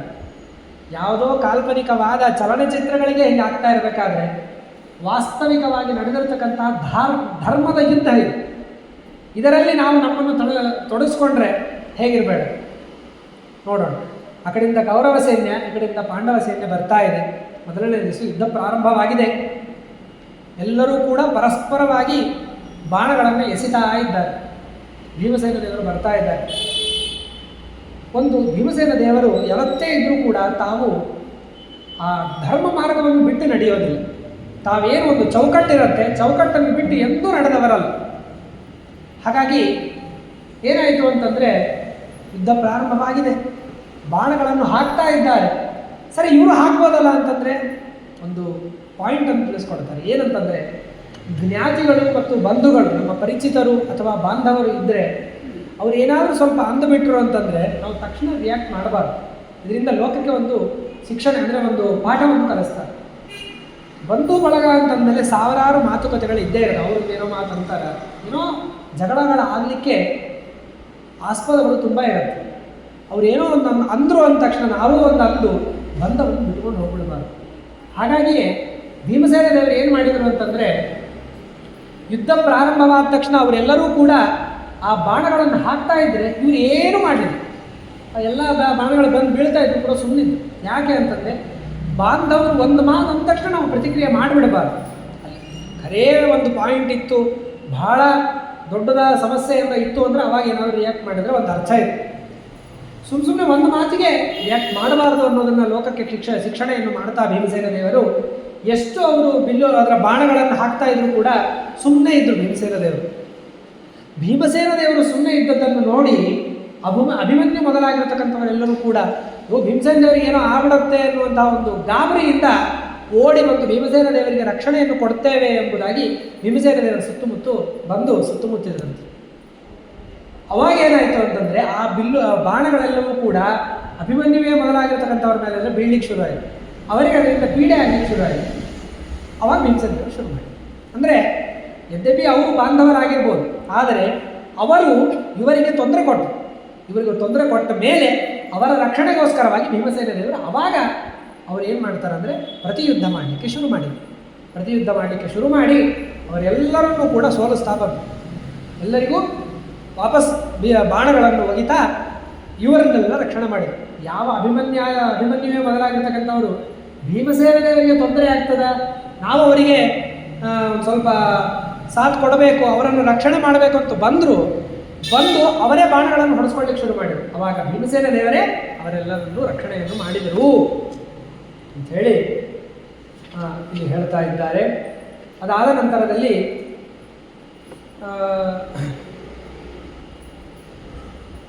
ಭೀಮಸೇನ ದೇವರು ಭೀಮಸೇನ ದೇವರು ಸುಮ್ಮನಿದ್ದಷ್ಟೊತ್ತು ನಡೀತದೆ. ಭೀಮಸೇನ ದೇವರು ಒಮ್ಮೆ ಬಾಣ ಹಾಕ್ಲಿಕ್ಕೆ ಶುರು ಆದಮೇಲೆ ಅವರಿಗೆಲ್ಲರಿಗೂ ಕೂಡ ಪೀಡೆ ಆಗ್ಲಿಕ್ಕೆ ಶುರು ಆಯಿತು. ಪೀಡೆ ಆಗ್ಲಿಕ್ಕೆ ಶುರು ಮಾಡಿದ ಮೇಲೆ ಅವರಿಗೆಲ್ಲ ಗಾಯ ಆದಾಗ ಭೀಷ್ಮಾಚಾರ್ಯರು ಆ ಕೌರವರಿಗೆಲ್ಲರಿಗೂ ಕೂಡ ತಮ್ಮ ಒಂದು ದಿವ್ಯವಾಗಿರ್ತಕ್ಕಂಥ ಬಲ, ಅವರದಿರ್ತಕ್ಕಂಥ ಶಕ್ತಿಯಿಂದ ಅವ್ರನ್ನೆಲ್ಲ ಮತ್ತೆ ಬಲಿಷ್ಠರನ್ನಾಗಿ ಮಾಡಿದರು ಅಂತ ಹೇಳಿ ಆಮೇಲೆ ಏನಾಯಿತು ಅಂತಂದರೆ ಪರಸ್ಪರ ದ್ವಂದ್ವ ಯುದ್ಧಗಳು ಶುರು ಆಯಿತು. ಇಷ್ಟೊತ್ತು ತನಕ ಏನಾಗ್ತಿತ್ತು, ಅವರು ಎಲ್ಲರೂ ಒಟ್ಟಾರೆ ಅವರೆಲ್ಲರೂ ಬಾಣ ಹಾಕೋದು, ಇವರು ಎಲ್ಲರೂ ಬಾಣ ಹಾಕೋದು, ಅಂದರೆ ಒಬ್ಬರಿಗೊಬ್ಬರಿಗೆ ನೇರವಾಗಿ ಯುದ್ಧ ಆಗ್ತಾ ಇದ್ದಿಲ್ಲ. ಒಟ್ಟು ಅವರು ಇವರು ಸೈನ್ಯ ಮೇಲೆ, ಇವರು ಅವ್ರ ಸೈನ್ಯ ಮೇಲೆ ಯುದ್ಧ ಅಂದರೆ ಬಾಣಗಳನ್ನು ಎಸೆತಾ ಇದ್ದರು. ಅಷ್ಟಾದ ಮೇಲೆ ದ್ರೋಣಾಚಾರ್ಯರಿಗೂ ದೃಷ್ಟದ್ಯುಮ್ನಿಗೂ ಕೃತವರ್ಮನಿಗೆ ಸಾತ್ಯಕಿಗೆ ದುಶ್ಯಾಸನನಿಗೆ ಸಹದೇವನಿಗೆ ವಿಕರ್ಣನಿಗೆ ನಕುಲನಿಗೆ ದುರ್ಮುಖನಿಗೆ ಉಪಪಾಂಡವರಿಗೆ ಪರಸ್ಪರವಾಗಿ ದ್ವಂದ್ವ ಯುದ್ಧಗಳಾಗಲಿಕ್ಕೆ ಶುರುವಾಗ್ತಾ ಇದೆ. ಅಥದ್ವಂದ್ವಾನಿ ಯುದ್ಧಾನಿ ಬಭೂರ್ವಿಜಿಗೀಷತ ದ್ರೋಣಪಾರ್ಷದಯೋಶ್ಚೈವ ಶೈನೇಯ ಕೃತವರ್ಮಣೋ ಅಂಥೇಳಿ ಅವಾಗೇನಾಯಿತು ಅಂತಂದರೆ ಪರಸ್ಪರವಾಗಿ ದ್ವಂದ್ವ ಯುದ್ಧಗಳು ಶುರುವಾದಾಗ ಅವಾಗೇನಾಯಿತು ಅಂದರೆ ಸ್ವಲ್ಪ ತಾದಮೇಲೆ ಆ ದೃಷ್ಟದ್ಯುಮ್ನ, ಸಹದೇವ, ನಕುಲ ಇವರೆಲ್ಲರೂ ಕೂಡ ಏನು ಮಾಡಿದ್ರು ಅಂದರೆ ದ್ರೋಣಾಚಾರ್ಯರನ್ನು, ದುಶ್ಯಾಸನ, ವಿಕರ್ಣ ಅವರಿಂದ ಎಲ್ಲರಿಗೂ ಸೋತ್ಬಿಟ್ರು. ಆದರೆ ಸಾತ್ಯಕಿ ಮಾತ್ರ ಕೃತವರ್ಮನನ್ನು ಸೋಲಿಸಿದ. ಈ ರೀತಿಯಾಗಿ ಪರಸ್ಪರವಾಗಿ ಯುದ್ಧಗಳು ಆದ ಮೇಲೆ ಭೀಮಸೇನ ದೇವರು ಬಂದರು. ಏನಾಗ್ಬಿಡ್ತು, ಕೌರವರು ಅಂದರೆ ದ್ರೋಣಾಚಾರ್ಯ ಮೊದಲಾಗಿರ್ತಕ್ಕಂಥವರೆಲ್ಲರೂ ದುಷ್ಟದ್ಯುಮ್ನಾದಿಗಳನ್ನೆಲ್ಲ ಸೋಲಿಸಿದ ಮೇಲೆ ಅವಾಗೇನಾಯ್ತು ಅಂದರೆ ಭೀಮಸೇನ ದೇವರು ಬಂದರು. ಭೀಮಸೇನ ದೇವರು ಬಂದು ಏನು ಮಾಡಿದರು, ದ್ರೋಣಾಚಾರ್ಯರನ್ನು, ಭಗದತ್ತನನ್ನು ಮತ್ತು ಅವರೇ ಮೊದಲಾಗಿರ್ತಕ್ಕಂಥ ಭೀಷ್ಮಾಚಾರ್ಯರು ಇದೇ ಮೊದಲಾಗಿರ್ತಕ್ಕಂಥವರನ್ನೆಲ್ಲರನ್ನು ಓಡಿಸಲಿಕ್ಕೆ ಶುರು ಮಾಡಿದರು. ಅದಾದ ಮೇಲೆ ಏನಾಯಿತು ಅಂತಂದರೆ ದ್ರೋಣಂಚ ಭಗದತ್ತಂಚ ಕೃಪಂ ದುರ್ಯೋಧನಸ್ತದ ಕೇವಲಂ ಬಾಹುವೀರ್ಯೇಣ ವಿಜಯ ಭೀಮ ವಿಕ್ರಮ. ಅವಾಗೇನಾಯಿತು ಅಂತಂದರೆ ಆ ಭೀಮಸೇನ ದೇವರು ಮೊದಲಿಗೆ ಅವರನ್ನೆಲ್ಲ ಸೋಲಿಸಿ ಆಮೇಲೆ ಬಾಹುಯುದ್ಧವನ್ನು ಮಾಡಲಿಕ್ಕೆ ಶುರು ಮಾಡಿದರು. ಬಾಹುಯುದ್ಧವನ್ನು ಮಾಡಿ ದ್ರೋಣಾಚಾರ್ಯರನ್ನು, ಭಗದತ್ತನನ್ನು, ಕೃಪಾಚಾರ್ಯರನ್ನು, ದುರ್ಯೋಧನನನ್ನು ಅಲ್ಲಿಗೆ ಸೋಲಿಸ್ತಾ ಇದ್ದಾರೆ. ಇಷ್ಟೆಲ್ಲ ಆದಮೇಲೆ ಆ ಕಡೆಯಿಂದ ಶಲ್ಯರಾಜ ಏನು ಮಾಡಿದ ಅಂತಂದರೆ ಉತ್ತರ ಕುಮಾರನ ಮೇಲೆ ದಾಳಿಯನ್ನು ಮಾಡ್ತಾ ಇದ್ದಾರೆ. ಉತ್ತರ ಕುಮಾರನ ಮೇಲೆ ದಾಳಿಯನ್ನು ಮಾಡಿ ಉತ್ತರ ಕುಮಾರನ ವಧೆಯನ್ನು ಮಾಡಿದ್ದಾರೆ. ಇದಾದ ಮೇಲೆ ಭೀಷ್ಮಾಚಾರ್ಯರಿಗೆ ಅವರಿಗೆ ಉತ್ತರ ಕುಮಾರನ ವಧೆಯನ್ನು ಕೇಳಿ ಅವರಿಗೆ ಒಂದು ಸ್ವಲ್ಪ ರೋಷ ಬಂದಿದೆ. ರೋಷ ಬಂದು ಏನು ಮಾಡ್ತಾ ಇದ್ದಾರೆ ಅಂತಂದರೆ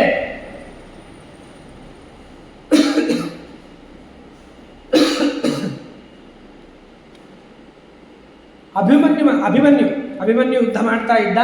ಅವನನ್ನು ದಾಟಿಕೊಂಡು ಮುಂದೆ ಹೋಗಿ ಅರ್ಜುನ ನೋಡ್ತಾ ಇದ್ದಾನೆ. ಅರ್ಜುನನ ನೋಡ್ತಾ ಇರಬೇಕಾದ್ರೆ ಆ ಪಾಂಚಾಲರನ್ನು ಓಡಿಸಲಿಕ್ಕೆ ಶುರು ಮಾಡಿದ್ದಾರೆ. ಯಾರು? ಭೀಷ್ಮಾಚಾರ್ಯರು. ಇಷ್ಟೊತ್ತಿಗೆ ಸಂಜೆ ಆಗಿದೆ. ಅದರ ಅನಂತರದಲ್ಲಿ ಏನಾಗಿದೆ ಅಂತಂದರೆ ಧರ್ಮರಾಜ ಆ ಭೀಷ್ಮಾಚಾರ್ಯರ ಭಯಂಕರ ಪರಾಕ್ರಮ, ಅವರೇನೋ ಭಾರೀ ಪರಾಕ್ರಮದಿಂದ ಉತ್ತರ ಕುಮಾರನ ವಧೆ ಆಗಿರೋದ್ರಿಂದ ಎಲ್ಲ ಪಾಂಡವರ ಮೇಲೆ ದಾಳಿ ಮಾಡ್ತಾ ಇದ್ದಾರೆ. ಇಲ್ಲಿ ಅನೇಕರು ಸೋಲ್ತಾ ಇದ್ದಾರೆ.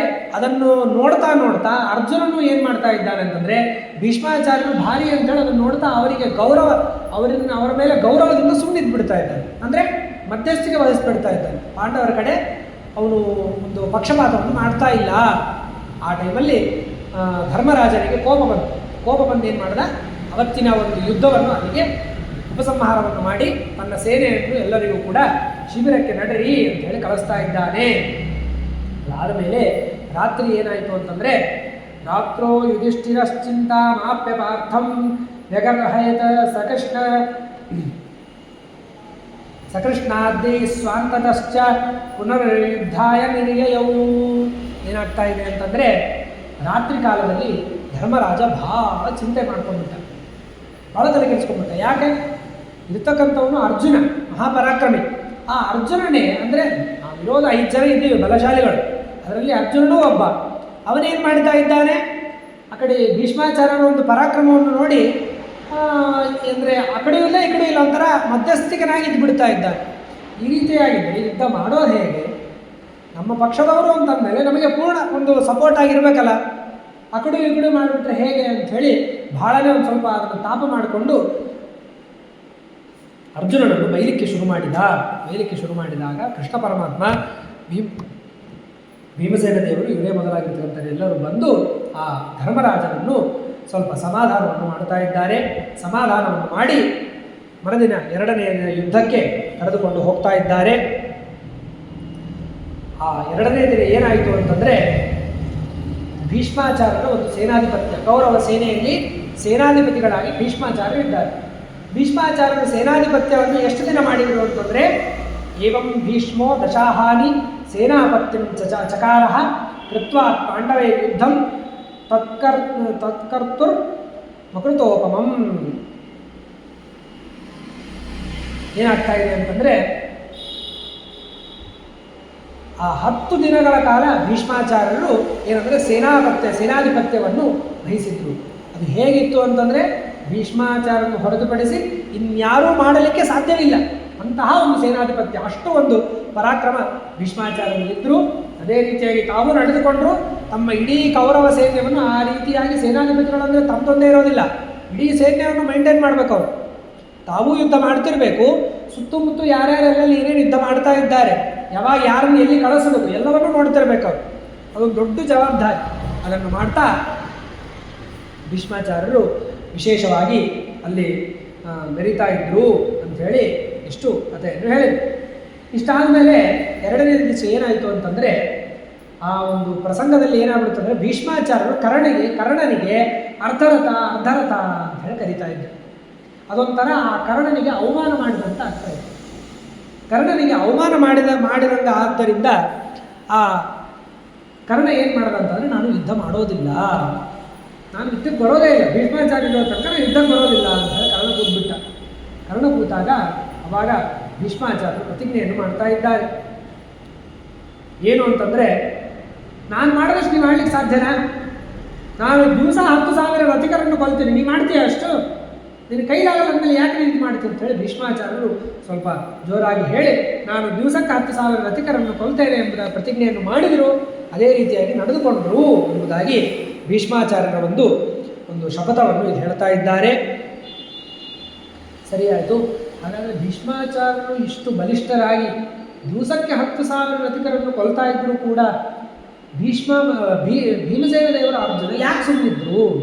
ಕೊಂದ್ಬಿಡ್ಬೋದಲ್ಲ ಭೀಷ್ಮಾಚಾರ್ಯನ 2ನೇ ದಿವಸ 3ನೇ ದಿವಸದಲ್ಲೇ ಕೊಂದ್ಬಿಡ್ಬೋದಾಗಿತ್ತಲ್ಲ ಅಂತಂದರೆ ಅದಕ್ಕೆ ಹೇಳ್ತಾ ಇದ್ದಾರೆ. ಸುಸಮರ್ಥ ಅಪಿವಧೆ ತಸ್ಯ ಭೀಮಧನಂಜಯೌ ಸ್ನೇಹೇನ ಯಂತ್ರಿತೋ ತಸ್ಯ ಗೌರವಾಚ್ಚ ಅನ್ವವರ್ತತಾಂ. ಏನಂತಂದರೆ ಆ ಸಮರ್ಥರು ಭೀಷ್ಮಾಚಾರ್ಯರನ್ನು ಕೊಲ್ಲಲಿಕ್ಕೆ ಸಮರ್ಥರಾದರೂ ಕೂಡ ಭೀಮ ಮತ್ತು ಅರ್ಜುನ ಅಂದರೆ ಸ್ನೇಹ ಅಂದರೆ ಅವರ ಮೇಲೆ ಒಂದು ಪ್ರೀತಿ ಮತ್ತು ಗೌರವ, ದೊಡ್ಡವರು ಹಿರಿಯರು ಎನ್ನುವಂಥ ಒಂದು ಗೌರವದಿಂದ ಅವರನ್ನು ಏನೂ ಮಾಡ್ತಾ ಇದ್ದಿದ್ದಿಲ್ಲ. ಸರಿ, ಇಷ್ಟು ನಡೆಯಬೇಕಾದರೆ ಏನು ನಡೀತಾ ಇತ್ತು ಅಲ್ಲಂತಂದರೆ ಈ ಯುದ್ಧವನ್ನೆಲ್ಲರೂ ಕೂಡ ಆಕಾಶ ಮಾರ್ಗದಲ್ಲಿ ಬ್ರಹ್ಮಾದಿ ದೇವತೆಗಳು ಮತ್ತು ಬ್ರಹ್ಮ ರುದ್ರನೇ ಮೊದಲಾದ ದೇವತೆಗಳು, ಎಲ್ಲ ಗಂಧರ್ವರು, ಅಪ್ಸರೆಯರು ಮತ್ತು ಅಸುರರು ಎಲ್ಲರೂ ಕೂಡ ಆಕಾಶ ಮಾರ್ಗದಲ್ಲಿ ನಿಂತು ಈ ಯುದ್ಧವನ್ನು ನೋಡ್ತಾ ಇದ್ರು ಎಂಬುದಾಗಿ ಇಲ್ಲಿ ತಿಳಿಸ್ತಾ ಇದ್ದಾರೆ. ಅದಾದ ಮೇಲೆ ಏನು ಅಂತಂದರೆ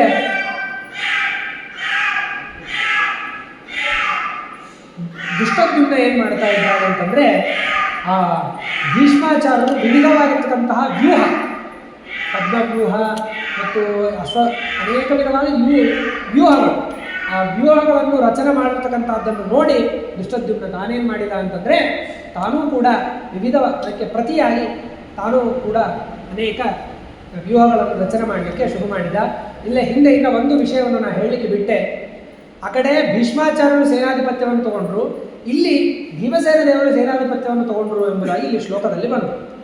ಇಲ್ಲಿ ಸೇನಾಧಿಪತ್ಯವನ್ನು ತಗೊಂಡಿರ್ತಕ್ಕಂಥವ್ರು ಭೀಮಸೇನ ದೇವರು ಅಲ್ಲಲ್ಲ, ಮತ್ತೆ ಯಾಕೆ ಭೀಮ ಎಂಬುದಾಗಿ ಹೇಳಿದರು ಅಂತಂದರೆ ಅದಕ್ಕೆ ಹೇಳ್ತಾ ಇದ್ದಾರೆ. ಹೆಸರಿಗೆ ದುಷ್ಟದ್ಯುಮ್ನ ಇದ್ದರೂ ಕೂಡ ಅಲ್ಲಿ ಪ್ರಧಾನವಾಗಿ ನಿಂತು ಎಲ್ಲ ಕೆಲಸವನ್ನು ಮಾಡಿ ಅವನ ಹಿಂದೆ ನಿಂತು ಅವನಿಗೆ ಬಲಶಾಲಿಯಾಗಿ ನಿಂತು ಅವನನ್ನು ಪ್ರೇರಣೆ ಮಾಡಿ ಎಲ್ಲ ಮಾಡಿರ್ತಕ್ಕಂಥವ್ರು ಭೀಮಸೇನ ದೇವರೇ. ಹಾಗಾಗಿ ಅವನ ಹೆಸರನ್ನು ಹೇಳಿದ್ದಾರೆ. ಹೇಗೆ ಅಂತಂದರೆ ದುಷ್ಟದ್ಯುಮ್ನ ಅಗ್ನಿ ಅವತಾರ. ಅಗ್ನಿ ಯಾವತ್ತೇ ಇದ್ರೂ ತಾನು ಸಣ್ಣದಾಗೇ ಇರುತ್ತೆ, ಗಾಳಿ ಬಂದು ಬೀಸಿದಾಗೆ ಅದು ದೊಡ್ಡದಾಗಲಿಕ್ಕೆ ಸಾಧ್ಯ. ಹಾಗಾಗಿ ತಾನು ಸೇನಾಧಿಪತಿ ಅಂತಾದರೂ ಕೂಡ ಭೀಮಸೇನ ದೇವರ ಸಹಾಯದಿಂದಲೇ ಅವನು ಅದನ್ನೆಲ್ಲವನ್ನು ಮಾಡಿದ. ಹಾಗಾಗಿ ಭೀಮಸೇನ ದೇವರ ಹೆಸರನ್ನು ಇಲ್ಲಿ ಹೇಳಿದ್ದಾರೆ ಎಂಬುದಾಗಿ ಹಿಂದೆ ಒಂದು ವಿಷಯವನ್ನು ಹೇಳಬೇಕಾಗಿತ್ತು. ಅಷ್ಟಾದ ಮೇಲೆ ಎರಡನೇ ದಿನ ಯುದ್ಧ ಇಲ್ಲಿಗೆ ಮುಗಿದಿದೆ. ಇನ್ನು ಮೂರನೇ ದಿನದ ಯುದ್ಧ ಪ್ರಾರಂಭವಾಗಬೇಕಾಗಿದೆ. ಈ ಎರಡೂ ದಿನವೂ ಕೂಡ ಅರ್ಜುನ ಹೆಚ್ಚು ತಾನು ಯುದ್ಧದಲ್ಲಿ ಇನ್ವಾಲ್ವ್ ಆಗಿದ್ದಿಲ್ಲ. ಸುಮ್ಮನೆ ಏನೋ ಇದ್ದ ಅಂಥೇಳಿ ಆಟಕೊಂಡು ಲೆಕ್ಕಕ್ಕಿಲ್ಲ ಅಂತಲ್ಲ, ಆ ಥರ ನಡ್ಕೊಂಡಿದ್ದ. ಇಷ್ಟಾದಮೇಲೆ ಇನ್ನು ಎಷ್ಟು ಉಪದೇಶ ಕೊಟ್ಟರು ಇವನಿಗೆ ಆಗ್ತಾ ಇಲ್ಲ ಅಂಥೇಳಿ ಕೃಷ್ಣ ಪರಮಾತ್ಮ ಏನು ಮಾಡದ ಅಂತಂದರೆ ಆ ಒಂದು ರಥದ ಚಕ್ರವನ್ನು ತಗೊಂಡು ಭೀಷ್ಮಾಚಾರ್ಯನ ಕೊಲ್ತೇನೆ ಎಂಬುದಾಗಿ ಭೀಷ್ಮಾಚಾರ್ಯನ ಕಡೆ ಕೊಲ್ಲೋದಿಲ್ಲ, ಕೊಲ್ಲುವಂತೆ ಕೃಷ್ಣ ಪರಮಾತ್ಮ ಹೋಗ್ತಾ ಇದ್ದಾರೆ. ಆ ಹೋಗುವ ಒಂದು ದೃಶ್ಯವನ್ನು ನೋಡಿ ಅರ್ಜುನ ಬೇಗನೆ ಹೋಗಿ ಆ ಕೃಷ್ಣ ಪರಮಾತ್ಮನ ಕಾಲನ್ನು ಹಿಡಿದುಕೊಂಡು, ಸ್ವಾಮಿ ಕ್ಷಮಿಸು, ನಾನು ಯುದ್ಧ ಮಾಡ್ತೇನೆ, ಈ ರೀತಿಯಾಗಿ ಮಾಡಬೇಡ ಎಂಬುದಾಗಿ ಕಾಲನ್ನು ಬಿಡದು. ಆ ಚಕ್ರವನ್ನು ಹಿಡಿದುಕೊಂಡು ಹೋಗ್ತಾ ಇರಬೇಕಾದ್ರೆ ಭೀಷ್ಮಾಚಾರ್ಯರು ಏನು ಮಾಡ್ತಾರಂತಾರೆ, ಆ ಕೃಷ್ಣ ಪರಮಾತ್ಮನ ಸ್ತೋತ್ರವನ್ನು ಮಾಡ್ತಾ ಇದ್ದಾರೆ. ದೇವೇಶ ಜಗನ್ನಿವಾಸ ನಮೋಸ್ತುತೆ ಮಾಧವ ಚಕ್ರಪಾಣೆ ಪ್ರಸಖ್ಯ ಮಾಂ ಪಾತಯ ಲೋಕನಾಥ ರಥೋತ್ತಮಾತ್ ಸರ್ವಶರಣ್ಯ ಸಂಖ್ಯೆ ತ್ವಯಾ ಹತಸ್ಯಾಪಿ ಮಮಾದ್ಯ ಕೃಷ್ಣ ಶ್ರೇಯಃ ಪರಸ್ಮಿನ್ ಇಹ ಚೈವ ಲೋಕೆ ಸಂಭಾವಿತೋಸ್ಮಿಂಧವ ವೃಷ್ಣಿನಾಥ ಲೋಕೈಸ್ತ್ರಿಭಿರ್ವೀರ್ಯ ತವಾಭಿಯಾತಾನ ಅಂಥೇಳಿ ಮಹಾಭಾರತದಲ್ಲಿ ಬರ್ತಕ್ಕಂತಹ ಒಂದು ಶ್ಲೋಕ. ಆ ಕೃಷ್ಣ ಪರಮಾತ್ಮ, ನೀನು ನನ್ನನ್ನು ಚಕ್ರಪಾಣಿಯಾಗಿ ಬರ್ತಾ ಇದ್ದೀ, ನೀನೇನಾಗಿದ್ದಿ, ದೇವೇಶನಾಗಿದ್ದೀಯಾ, ಜಗನ್ನಿವಾಸನಾಗಿದ್ದೀಯಾ, ಹೇ ಮಾಧವ, ಹೇ ಚಕ್ರಪಾಣಿ, ನಿನಗೆ ನಮಸ್ಕಾರಗಳು ಎಂಬುದಾಗಿ ಅನೇಕ ವಿಧವಾಗಿ ಭೀಷ್ಮಾಚಾರ್ಯರು ಕೃಷ್ಣ ಪರಮಾತ್ಮನಿಗೆ ಸ್ತೋತ್ರವನ್ನು ಮಾಡ್ತಾ ಇದ್ದಾರೆ. ಇಷ್ಟಾದ ಮೇಲೆ ಅರ್ಜುನ ಕೃಷ್ಣನ ಒಂದು ಕಾಲನ್ನು ಹಿಡಿದುಕೊಂಡು ಮತ್ತೆ ಯಥಾ ಪ್ರಕಾರವಾಗಿ ಹಿಂದೆ ಕರೆದುಕೊಂಡು ಬಂದ ಮೇಲೆ ಇನ್ನು ಸಾರಥ್ಯವನ್ನು ಮಾಡು ಎಂಬುದಾಗಿ ಹೇಳಿದಾಗ ಕೃಷ್ಣ ಪರಮಾತ್ಮ ಸಾರಥ್ಯವನ್ನು ಮಾಡಿದಾಗ ಅರ್ಜುನ ಇಂದ ಯುದ್ಧವನ್ನು ಶುರು ಮಾಡ್ತಾ ಇದ್ದಾನೆ. ತಥೋ ಭೀಷ್ಮೋರ್ಜುನಶ್ಚೈವ ಶಸ್ತ್ರಾಸ್ತ್ರೈರಭ್ಯವರ್ಷತಾತ್ ಅಯತ್ನೇನ ಜಿತಶ್ಚೈವ ಫಲ್ಗುಣೇನ ಅಪದಾಸುತಃ. ಏನಾಗ್ತಾ ಇದೆ ಅಂತಂದರೆ ಅರ್ಜುನ ಇನ್ನು ತಾನು ಮಹಾಪರಾಕ್ರಮದಿಂದ ಯುದ್ಧ ಆಡಲಿಕ್ಕೆ ಪ್ರಾರಂಭವನ್ನು ಮಾಡಿದಾಗ ಆ ಅರ್ಜುನನಿಂದ ಭೀಷ್ಮಾಚಾರ್ಯರು ಸೋಲ್ತಾ ಇದ್ದಾರೆ. ಇಲ್ಲಿಗೆ ಆ ಅರ್ಜುನ ಪರಾಕ್ರಮದಿಂದ ಯುದ್ಧವನ್ನು ಮಾಡಿ ಅನೇಕ ರಾಕ್ಷಸ ಅಂದರೆ ಅನೇಕ ಆ ಕೌರವ ಸೇನೆ 10,000 ಸಂಖ್ಯಾ ರಚಿಕರನ್ನು ಸಂಹಾರವನ್ನು ಮಾಡಿದ. ಅಲ್ಲಿಗೆ ಮೂರನೇ ದಿನದ ಯುದ್ಧ ಅಂತನ್ನೋದು ಪರಿಸಮಾಪ್ತಿ ಆಗ್ತಾ ಇದೆ. ಇನ್ನು ಆದ ಮೇಲೆ 4ನೇ ದಿನದ ಯುದ್ಧ. ಕದಾಚಿದಗ್ರಗೋ ಭೀಮೋ ಭೀಷ್ಮದ್ರೋಣೋ ವಿಸಾರಥಿ ಕೃತ್ವಾ ವಿದ್ರಾವ್ಯತಾನಶ್ವಾನ್ ಭಿತ್ವಾ ವ್ಯೂಹಂ ವಿವೇಶ ಚ. ಅವಾಗ ಏನಾಗ್ತಾ ಇದ್ದಂದರೆ ಭೀಮಸೇನ ದೇವರು 4ನೇ ದಿನ ಏನಂತಂದರೆ ತಾನೇ ಮುಂದೆ ಹೊರಟಿದ್ದಾರೆ. ತಾನು ಮುಂದೆ ಹೊರಟು ಭೀಷ್ಮಾಚಾರ್ಯರ ಜೊತೆ ಯುದ್ಧವನ್ನು ಮಾಡ್ತಾ ಇದ್ದಾರೆ. ಭೀಷ್ಮಾಚಾರ್ಯರ ಜೊತೆ ಯುದ್ಧವನ್ನು ಮಾಡಿ ಆ 4ನೇ ದಿನ 2 ಬಾರಿ ಭೀಷ್ಮಾಚಾರ್ಯರನ್ನು ಸೋಲಿಸ್ತಾ ಇದ್ದಾನೆ ಭೀಮಸೇನ ದೇವರು. ಅದಾದ ಮೇಲೆ ಏನಾಗ್ತಾ ಇದೆ ಅಂತಂದರೆ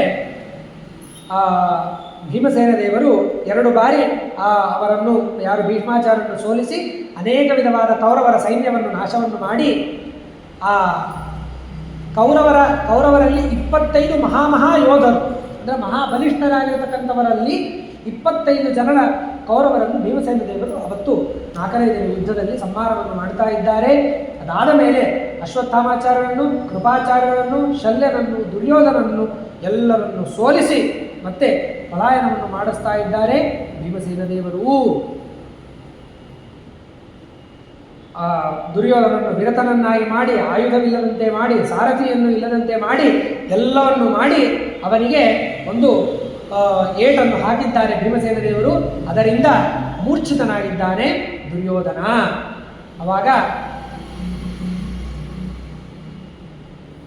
ಈ ರೀತಿಯಾಗಿ ಭೀಮಸೇನ ದೇವರು ಒಂದು ಪರಾಕ್ರಮವನ್ನು ತೋರಿಸ್ತಾ ಇರಬೇಕಾದ್ರೆ ದುರ್ಯೋಧನ ಮತ್ತೆ ಹಿಂತಿರುಗಿದ್ದಾನೆ ಎಂಬುದಾಗಿ ಇಷ್ಟು ಇಲ್ಲಿ 4ನೇ ದಿನದ ಯುದ್ಧವನ್ನು ಹೇಳಿ ಮುಗಿಸ್ತಾ ಇದ್ದಾರೆ.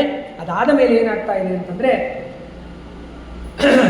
ದುರ್ಯೋಧನೋ ನಿರಾಶಾಂಚ ಯಯೋ ಯತ್ರ ನದೀಸುತಃ ಪೀಡಿತೋ ಭೀಮಬಾಣೈಶ್ಚ ಶರದ್ಗಾತ್ರೋ ನನಾಮತಂ. ಏನಾಗ್ತಾ ಇದೆ ಅಂದರೆ, ರಾತ್ರಿಯ ಕಾಲದಲ್ಲಿ ದುರ್ಯೋಧನನಿಗೆ ಆಯ್ತಿನ್ನ ಎಲ್ಲರೂ ಭೀಮಸೇನ ದೇವರು, ಅರ್ಜುನ ಎಲ್ಲರೂ ಕೂಡ ಮಹಾಪರಾಕ್ರಮದಿಂದ ಯುದ್ಧವನ್ನು ಮಾಡ್ತಾ ಇದ್ದಾರೆ, ನಮ್ಮನ್ನೇ ಸೋಲಿಸ್ತಾ ಇದ್ದಾರೆ ಎಲ್ಲರೂ. ಅಂದರೆ 2ನೇ ದಿನ, 3ನೇ ದಿನ, 4ನೇ ದಿನ, 3 ದಿವಸ ನಾವೇ ಸೋಲ್ತಾ ಇದ್ದೀವಿ, ಹೇಗೆ ಅಂಥೇಳಿ ಬಹಳ ಒಂದು ಮನಸ್ಸಿಗೆ ಬೇಜಾರನ್ನು ಮಾಡಿದುಕೊಂಡು ಭೀಷ್ಮಾಚಾರ್ಯರ ಹತ್ರ ಬರ್ತಾ ಇದ್ದಾನೆ. ಭೀಷ್ಮಾಚಾರ್ಯರ ಹತ್ರ ಬಂದು, ನಾವು ಸದಾ ಸೋಲ್ತಾನೆ ಇದ್ದೀವಿ, ಅವ್ರು ಯಾವಾಗಲೂ ಗೆಲ್ತಾನೆ ಇದ್ದಾರೆ, ಪಾಂಡವರು ಇದು ಏಕೆ ಎಂಬುದನ್ನು ಹೇಳಿದಾಗ ಅವಾಗ ಭೀಷ್ಮಾಚಾರ್ಯ ಹೇಳ್ತಾ ಇದ್ದಾರೆ, ಅವರೆಲ್ಲ ಯಾರನ್ನು ಅಂದ್ಕೊಂಡಿಯಪ್ಪ ನೀನು? ಭೀಮಾದಿಗಳೆಲ್ಲರೂ ದೇವತೆಗಳ ಅವತಾರ, ಕೃಷ್ಣ ಪರಮಾತ್ಮ ದೇವರ ಅವತಾರ.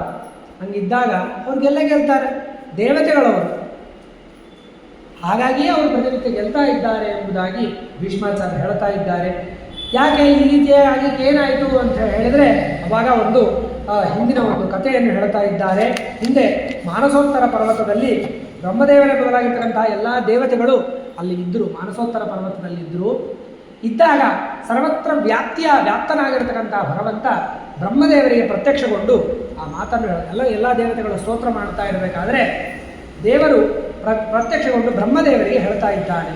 ಏನು ಅಂತಂದರೆ, ನಾನು ಕೃಷ್ಣ ಪರಮಾತ್ಮನಾಗಿ ಆ ವಸುದೇವ ದೇವತೆಯಲ್ಲಿ ಅವತಾರವನ್ನು ಮಾಡ್ತೇನೆ, ದೇವತೆಗಳಿಗೆ ನೀವು ಆದೇಶ ಮಾಡಿರಿ, ಎಲ್ಲರೂ ಕೂಡ ಅವರವರಿಗೆ ಯೋಗ್ಯವಾಗಿರ್ತಕ್ಕಂತಹ ರೂಪದಿಂದ ಭೂಮಿಯಲ್ಲಿ ಅವತಾರ ಮಾಡಲಿಕ್ಕೆ ಹೇಳಿರಿ ಎಂಬುದಾಗಿ ದೇವರೇ ಆದೇಶವನ್ನು ಮಾಡಿದ್ದಾನೆ.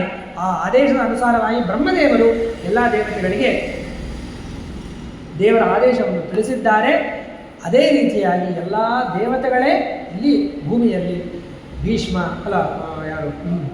ಭೀಷ್ಮಾಚಾರ್ಯರು ದೇವತೆಗಳೇ, ಭೀಮ, ಅರ್ಜುನ, ನಕುಲ, ಸಹದೇವ, ಧರ್ಮರಾಜ ಎಲ್ಲರೂ ಕೂಡ ಇಲ್ಲಿ ಅವತಾರವನ್ನು ಮಾಡಿ ಬಂದಿದ್ದಾರೆ. ಸ ನಾರಾಯಣೋ ದೇವೋ ದೇವಕೀ ನಂದನೋಭವತ ತೇನೈತೆ ಪಾಲಿತಾ ಪಾರ್ಥಾ ಅಜೇಯ ದೇವ ಸರ್ಗಿಣಃ. ಹಾಗಾಗಿ ಅವರೇ ಎಲ್ಲರೂ ಕೂಡ ಇಲ್ಲಿ ಅವತಾರವನ್ನು ಮಾಡಿ ಬಂದಿದ್ದಾರೆ ಎಂಬುದಾಗಿ ಇಲ್ಲಿ ಹೇಳ್ತಾ ಇದ್ದಾರೆ. ಅದಾದ ಮೇಲೆ ಏನಾಗ್ತಾ ಇದೆ ಅಂದರೆ,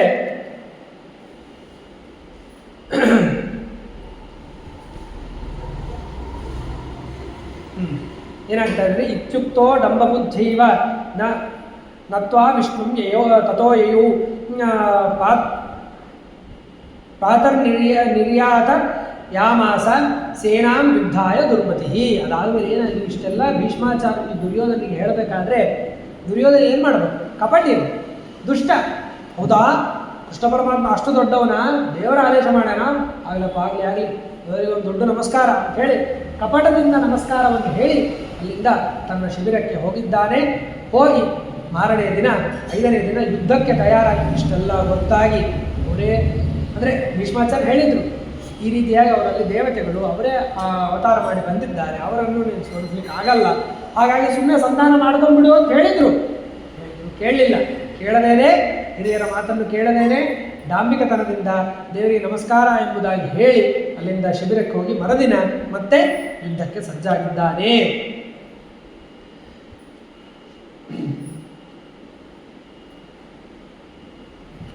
ಏನಾಗ್ತಾ ಇದೆ ಅಂತಂದರೆ, ಆ ದುರ್ಯೋಧನ ಹಿಂದಿನ ದಿವಸ ಎಲ್ಲ ಹೊಡೆಸ್ಕೊಂಡಿದ್ದ ಭೀಮಸೇನ ದೇವರಿಂದ, ಅದರಿಂದ ಅವನಿಗೆ ಬಹಳ ಮೈಯಲ್ಲಿ ಒಂದು ಗಾಯಗಳೆಲ್ಲ ಆಗಿತ್ತು.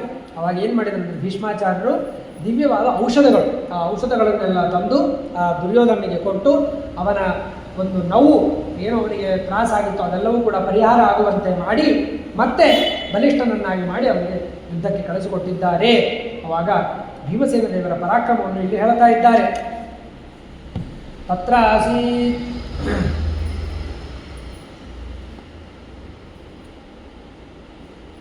ತತ್ರ ಆಸೀತ್ತಮತುಲಂ ಭೀಮ ಭೀಷ್ಮಾನುಯಾಯಿನಾಂ ಪಾಂಡವಾನಾಂ ಕುರುಣಾಂಚ ಶೂರಾಣಾಂ ಅನಿವರ್ತಿನಾಂ. ಏನಂತಂದರೆ, ಅವಾಗ ಶೂರರಾಗಿರ್ತಕ್ಕಂತಹ ಪರಸ್ಪರವಾಗಿ ಭೀಷ್ಮರೇ ಮೊದಲಾಗಿರ್ತಕ್ಕಂತಹ ಎಲ್ಲರ ಆ ಒಂದು ಮಧ್ಯದಲ್ಲಿ ಯುದ್ಧ ಅನ್ನತಕ್ಕಂಥದ್ದು ನಡೀತಾ ಇದೆ. ದೃಷ್ಟದ್ಯುಮ್ನಸ್ತತೋ ಭೀಮಾನುಯಾಯಿ ದುರ್ಯೋಧನಸ್ಯ ಪರಜೆ ಪ್ರಯುದ್ಧನ್ ಸಮ್ಮೋಹನಾಸ್ತ್ರೇಣ ವಿಮೋಹಯಿತ್ವಾ ವಿಕರ್ಣ ಪೂರ್ವಾನಹನಚ್ಚ ಸೇನಾಮ. ಅವಾಗ ಏನಾಗ್ತಾ ಇದೆ ಅಂತಂದರೆ ದುಷ್ಟದ್ಯುಮ್ನ ಏನು ಮಾಡ್ತಾ ಇದ್ದಾನೆ ಅಂತಂದರೆ ಭೀಮಾನುಯಾಯಿಯಾಗಿ ಅಂದರೆ ಭೀಮಸೇನ ದೇವರನ್ನು ಮುಂದೆ ಮಾಡಿಕೊಂಡು ದುಷ್ಟದ್ಯುಮ್ನ ಹೊರಟು ದುರ್ಯೋಧನನ ತಮ್ಮಂದರ ಜೊತೆ ಜಗಳ ಆಡಿ ಅವರ ಮೇಲೆ ಸಂಮೋಹನಾಸ್ತ್ರವನ್ನು ಬಿಡ್ತಾ ಇದ್ದಾರೆ. ಸಂಮೋಹನಾಸ್ತ್ರವನ್ನು ಬಿಟ್ಟು ಅವರೆಲ್ಲರನ್ನು ಮೂರ್ಛಿತರನ್ನಾಗಿ ಮಾಡಿಬಿಟ್ಟ. ಸಂಮೋಹನಾಸ್ತ್ರ ಅಂತಂದರೆ ಆ ಒಂದು ಅಸ್ತ್ರವನ್ನು ಬಿಟ್ಟರೆ ಯಾರಿಗೂ ಕೂಡ ತಲೆ ಕೆಲಸ ಮಾಡೋದು, ಎಲ್ಲರೂ ಮೂರ್ಛಿತರಾಗ್ಬಿಡ್ತಾರೆ. ಮೋಹ ಅಂದರೆ ಒಂಥರ ಮಪ್ಪು ಕವಿದು ಬಿಡ್ತದೆ. ಆ ರೀತಿಯಾಗಿ ಮಾಡಿಬಿಟ್ಟ ದುಷ್ಟದ್ಯುಮ್ನ. ಭೀಮಸೇನ ದೇವರನ್ನು ಮುಂದಿಟ್ಕೊಂಡು ತಾನು ಹೋಗಿ ಆ ಕೌರವ ಸೈನ್ಯ ಮೇಲೆ ಬಿಟ್ಬಿಟ್ಟ. ಅಷ್ಟೇ ಅಲ್ಲದೇ ವಿಕರ್ಣನೇ ಮೊದಲಾಗಿರ್ತಕ್ಕಂತಹ ಅನೇಕರನ್ನು ಕೂಡ ಸಂಹಾರ ಮಾಡಿದ, ಸೇನೆಯನ್ನು ಸಂಹಾರ ಮಾಡಿದ. ಇಷ್ಟಾದ್ಮೇಲೆ ಏನಾಯಿತು, ಕೌರವ ಸೇನೆ ಎಲ್ಲರೂ ಕೂಡ ಮೂರ್ಛಿತರಾಗ್ಬಿಟ್ರು. ಇಷ್ಟಾದಾಗ ಏನಾಯಿತು, ತಥೋ ದ್ರೋಣಸ್ಥಾನ್ ಸಮುತ್ಥಾಪ್ಯ ಸರ್ವಾನ್ ವಿಜ್ಞಾನಾಸ್ತ್ರೇಣ ಸದತ್ ಪಾರ್ಷತಂಚ ತಂ ಭೀಮಸೇನ ಸೂತಹೀನಂ ವಿಧಾಯ ಯದ್ರಾವಯತ್ ಶತ್ರುಗಣಾಂಚಲೌಗೈಹಿ. ಅವಾಗ ಏನು ಮಾಡಿದರು ಅಂದರೆ ದುಷ್ಟದ್ಯುಮ್ನ ಸಂಮೋಹನಾಸ್ತ್ರ ಹಾಕಿದರೆ ದ್ರೋಣಾಚಾರ್ಯರು ಬಂದು ವಿಜ್ಞಾನಾಸ್ತ್ರವನ್ನು ಹಾಕಿದರು. ಅಂದರೆ ಮತ್ತೆ ಅವರೆಲ್ಲರನ್ನೂ ಕೂಡ ಎಚ್ಚೆತ್ತುಕೊಳ್ಳುವಂತೆ ಮಾಡಿದಾಗ ಅವಾಗ ಏನು ಮಾಡಿದರು, ಭೀಮಸೇನ ದೇವರು ಇಟ್ಟುಕೊಂಡ್ರು. ಭೀಮಸೇನ ದೇವರು ಬಂದರು. ಭೀಮಸೇನ ದೇವರು ಏನು ಮಾಡಿದರು, ಅವ್ರನ್ನೆಲ್ಲರನ್ನೂ ಕೂಡ ಮತ್ತೆ ಅವರ ಮೇಲೆ ದಾಳಿಯನ್ನು ಮಾಡಲಿಕ್ಕೆ ಶುರು ಮಾಡಿದರು. ಏನು ಮಾಡಿದರು, ದುಷ್ಟದ್ಯುಮ್ನ ಭೀಮಸೇನ ಇಬ್ಬರು ಕಲಿತು ದುರ್ಯೋಧನನ ಮೇಲೆ ಏನಂತಾರೆ ದಾಳಿಯನ್ನು ಮಾಡಿ ದುರ್ಯೋಧನ ರಥವನ್ನು ಮತ್ತು ಅವನ ಒಂದು ಸಾರಥಿಯನ್ನು ಎಲ್ಲರನ್ನು ಓಡಿಸಿ ಅವರನ್ನು ಏನು ಇಲ್ಲದೆ ಏನಂದ್ರೇನು ರಥ ಸಾರಥಿ ಯಾವೂ ಇಲ್ಲದೇ ಇರುವಂತೆ ಮಾಡಿದರು ಎಂಬುದಾಗಿ ಇಲ್ಲಿ ಹೇಳ್ತಾ ಇದ್ದಾರೆ. ಅದಾದ ಮೇಲೆ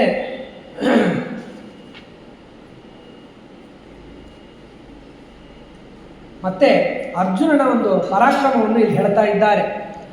ಅಚೇಂದ್ರ ಸೂರು ಕೇಶವ ಪ್ರೇರಿತೇನ ರಥೇನ ಶೂರಾನ್ ವಿಧಮಂಚರೌಗೈ ರಥಾನ್ ರಣೇ ಪಂಚ ವಿಷತ್ಸಹಸ್ರಾನ್ನಿನಾಯ ವೈವಸ್ವತ ಸಾಧನಾಯ. ಅವಾಗ ಏನಾಗ್ತಾ ಇದೆ ಅಂತಂದರೆ ಆ ಕೃಷ್ಣ ಪರಮಾತ್ಮನ ಸಾರಥ್ಯ ನಡೀತಾ ಇದೆ. ಅರ್ಜುನ ಕೂತಿದ್ದಾನೆ. ಅರ್ಜುನ ರಥದಲ್ಲಿ ಕೂತು ಬಾಣಗಳ ಪ್ರವಾಹವನ್ನು ಶತ್ರುಗಳನ್ನು ಕುರಿತು ಹಾಕ್ತಾ ಇರಬೇಕಾದ್ರೆ 25,000 ರಥಿಕರನ್ನು ಅವನು ಕೊಲ್ಲಿದ್ದಾನೆ. ಅಂದರೆ ಸ್ವಲ್ಪೇ ಆದ ಒಂದು ಸಮಯದಲ್ಲಿ 25,000 ರಥಿಕರನ್ನು ಸಂಹಾರವನ್ನು ಮಾಡಿದ್ದಾನೆ ಅರ್ಜುನ. ಇದು ಅರ್ಜುನನ ಪರಾಕ್ರಮ ಎಂಬುದಾಗಿ ಇಲ್ಲಿ ತಿಳಿಸಿಕೊಟ್ಟಿದ್ದಾರೆ. ಅದಾದ ನಂತರ ಏನಾಗ್ತಾ ಇದೆ ಅಂತಂದರೆ ಸಾತ್ಯಕಿಗೂ ಮತ್ತು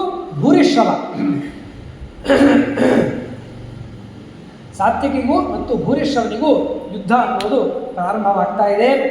ಅವಾಗ ಏನಾಗ್ತಾ ಇದೆ ಅಂತಂದರೆ ಭೂರಿಶ್ರವಸ್ ಎನ್ನುವಂತಕ್ಕಂಥವನು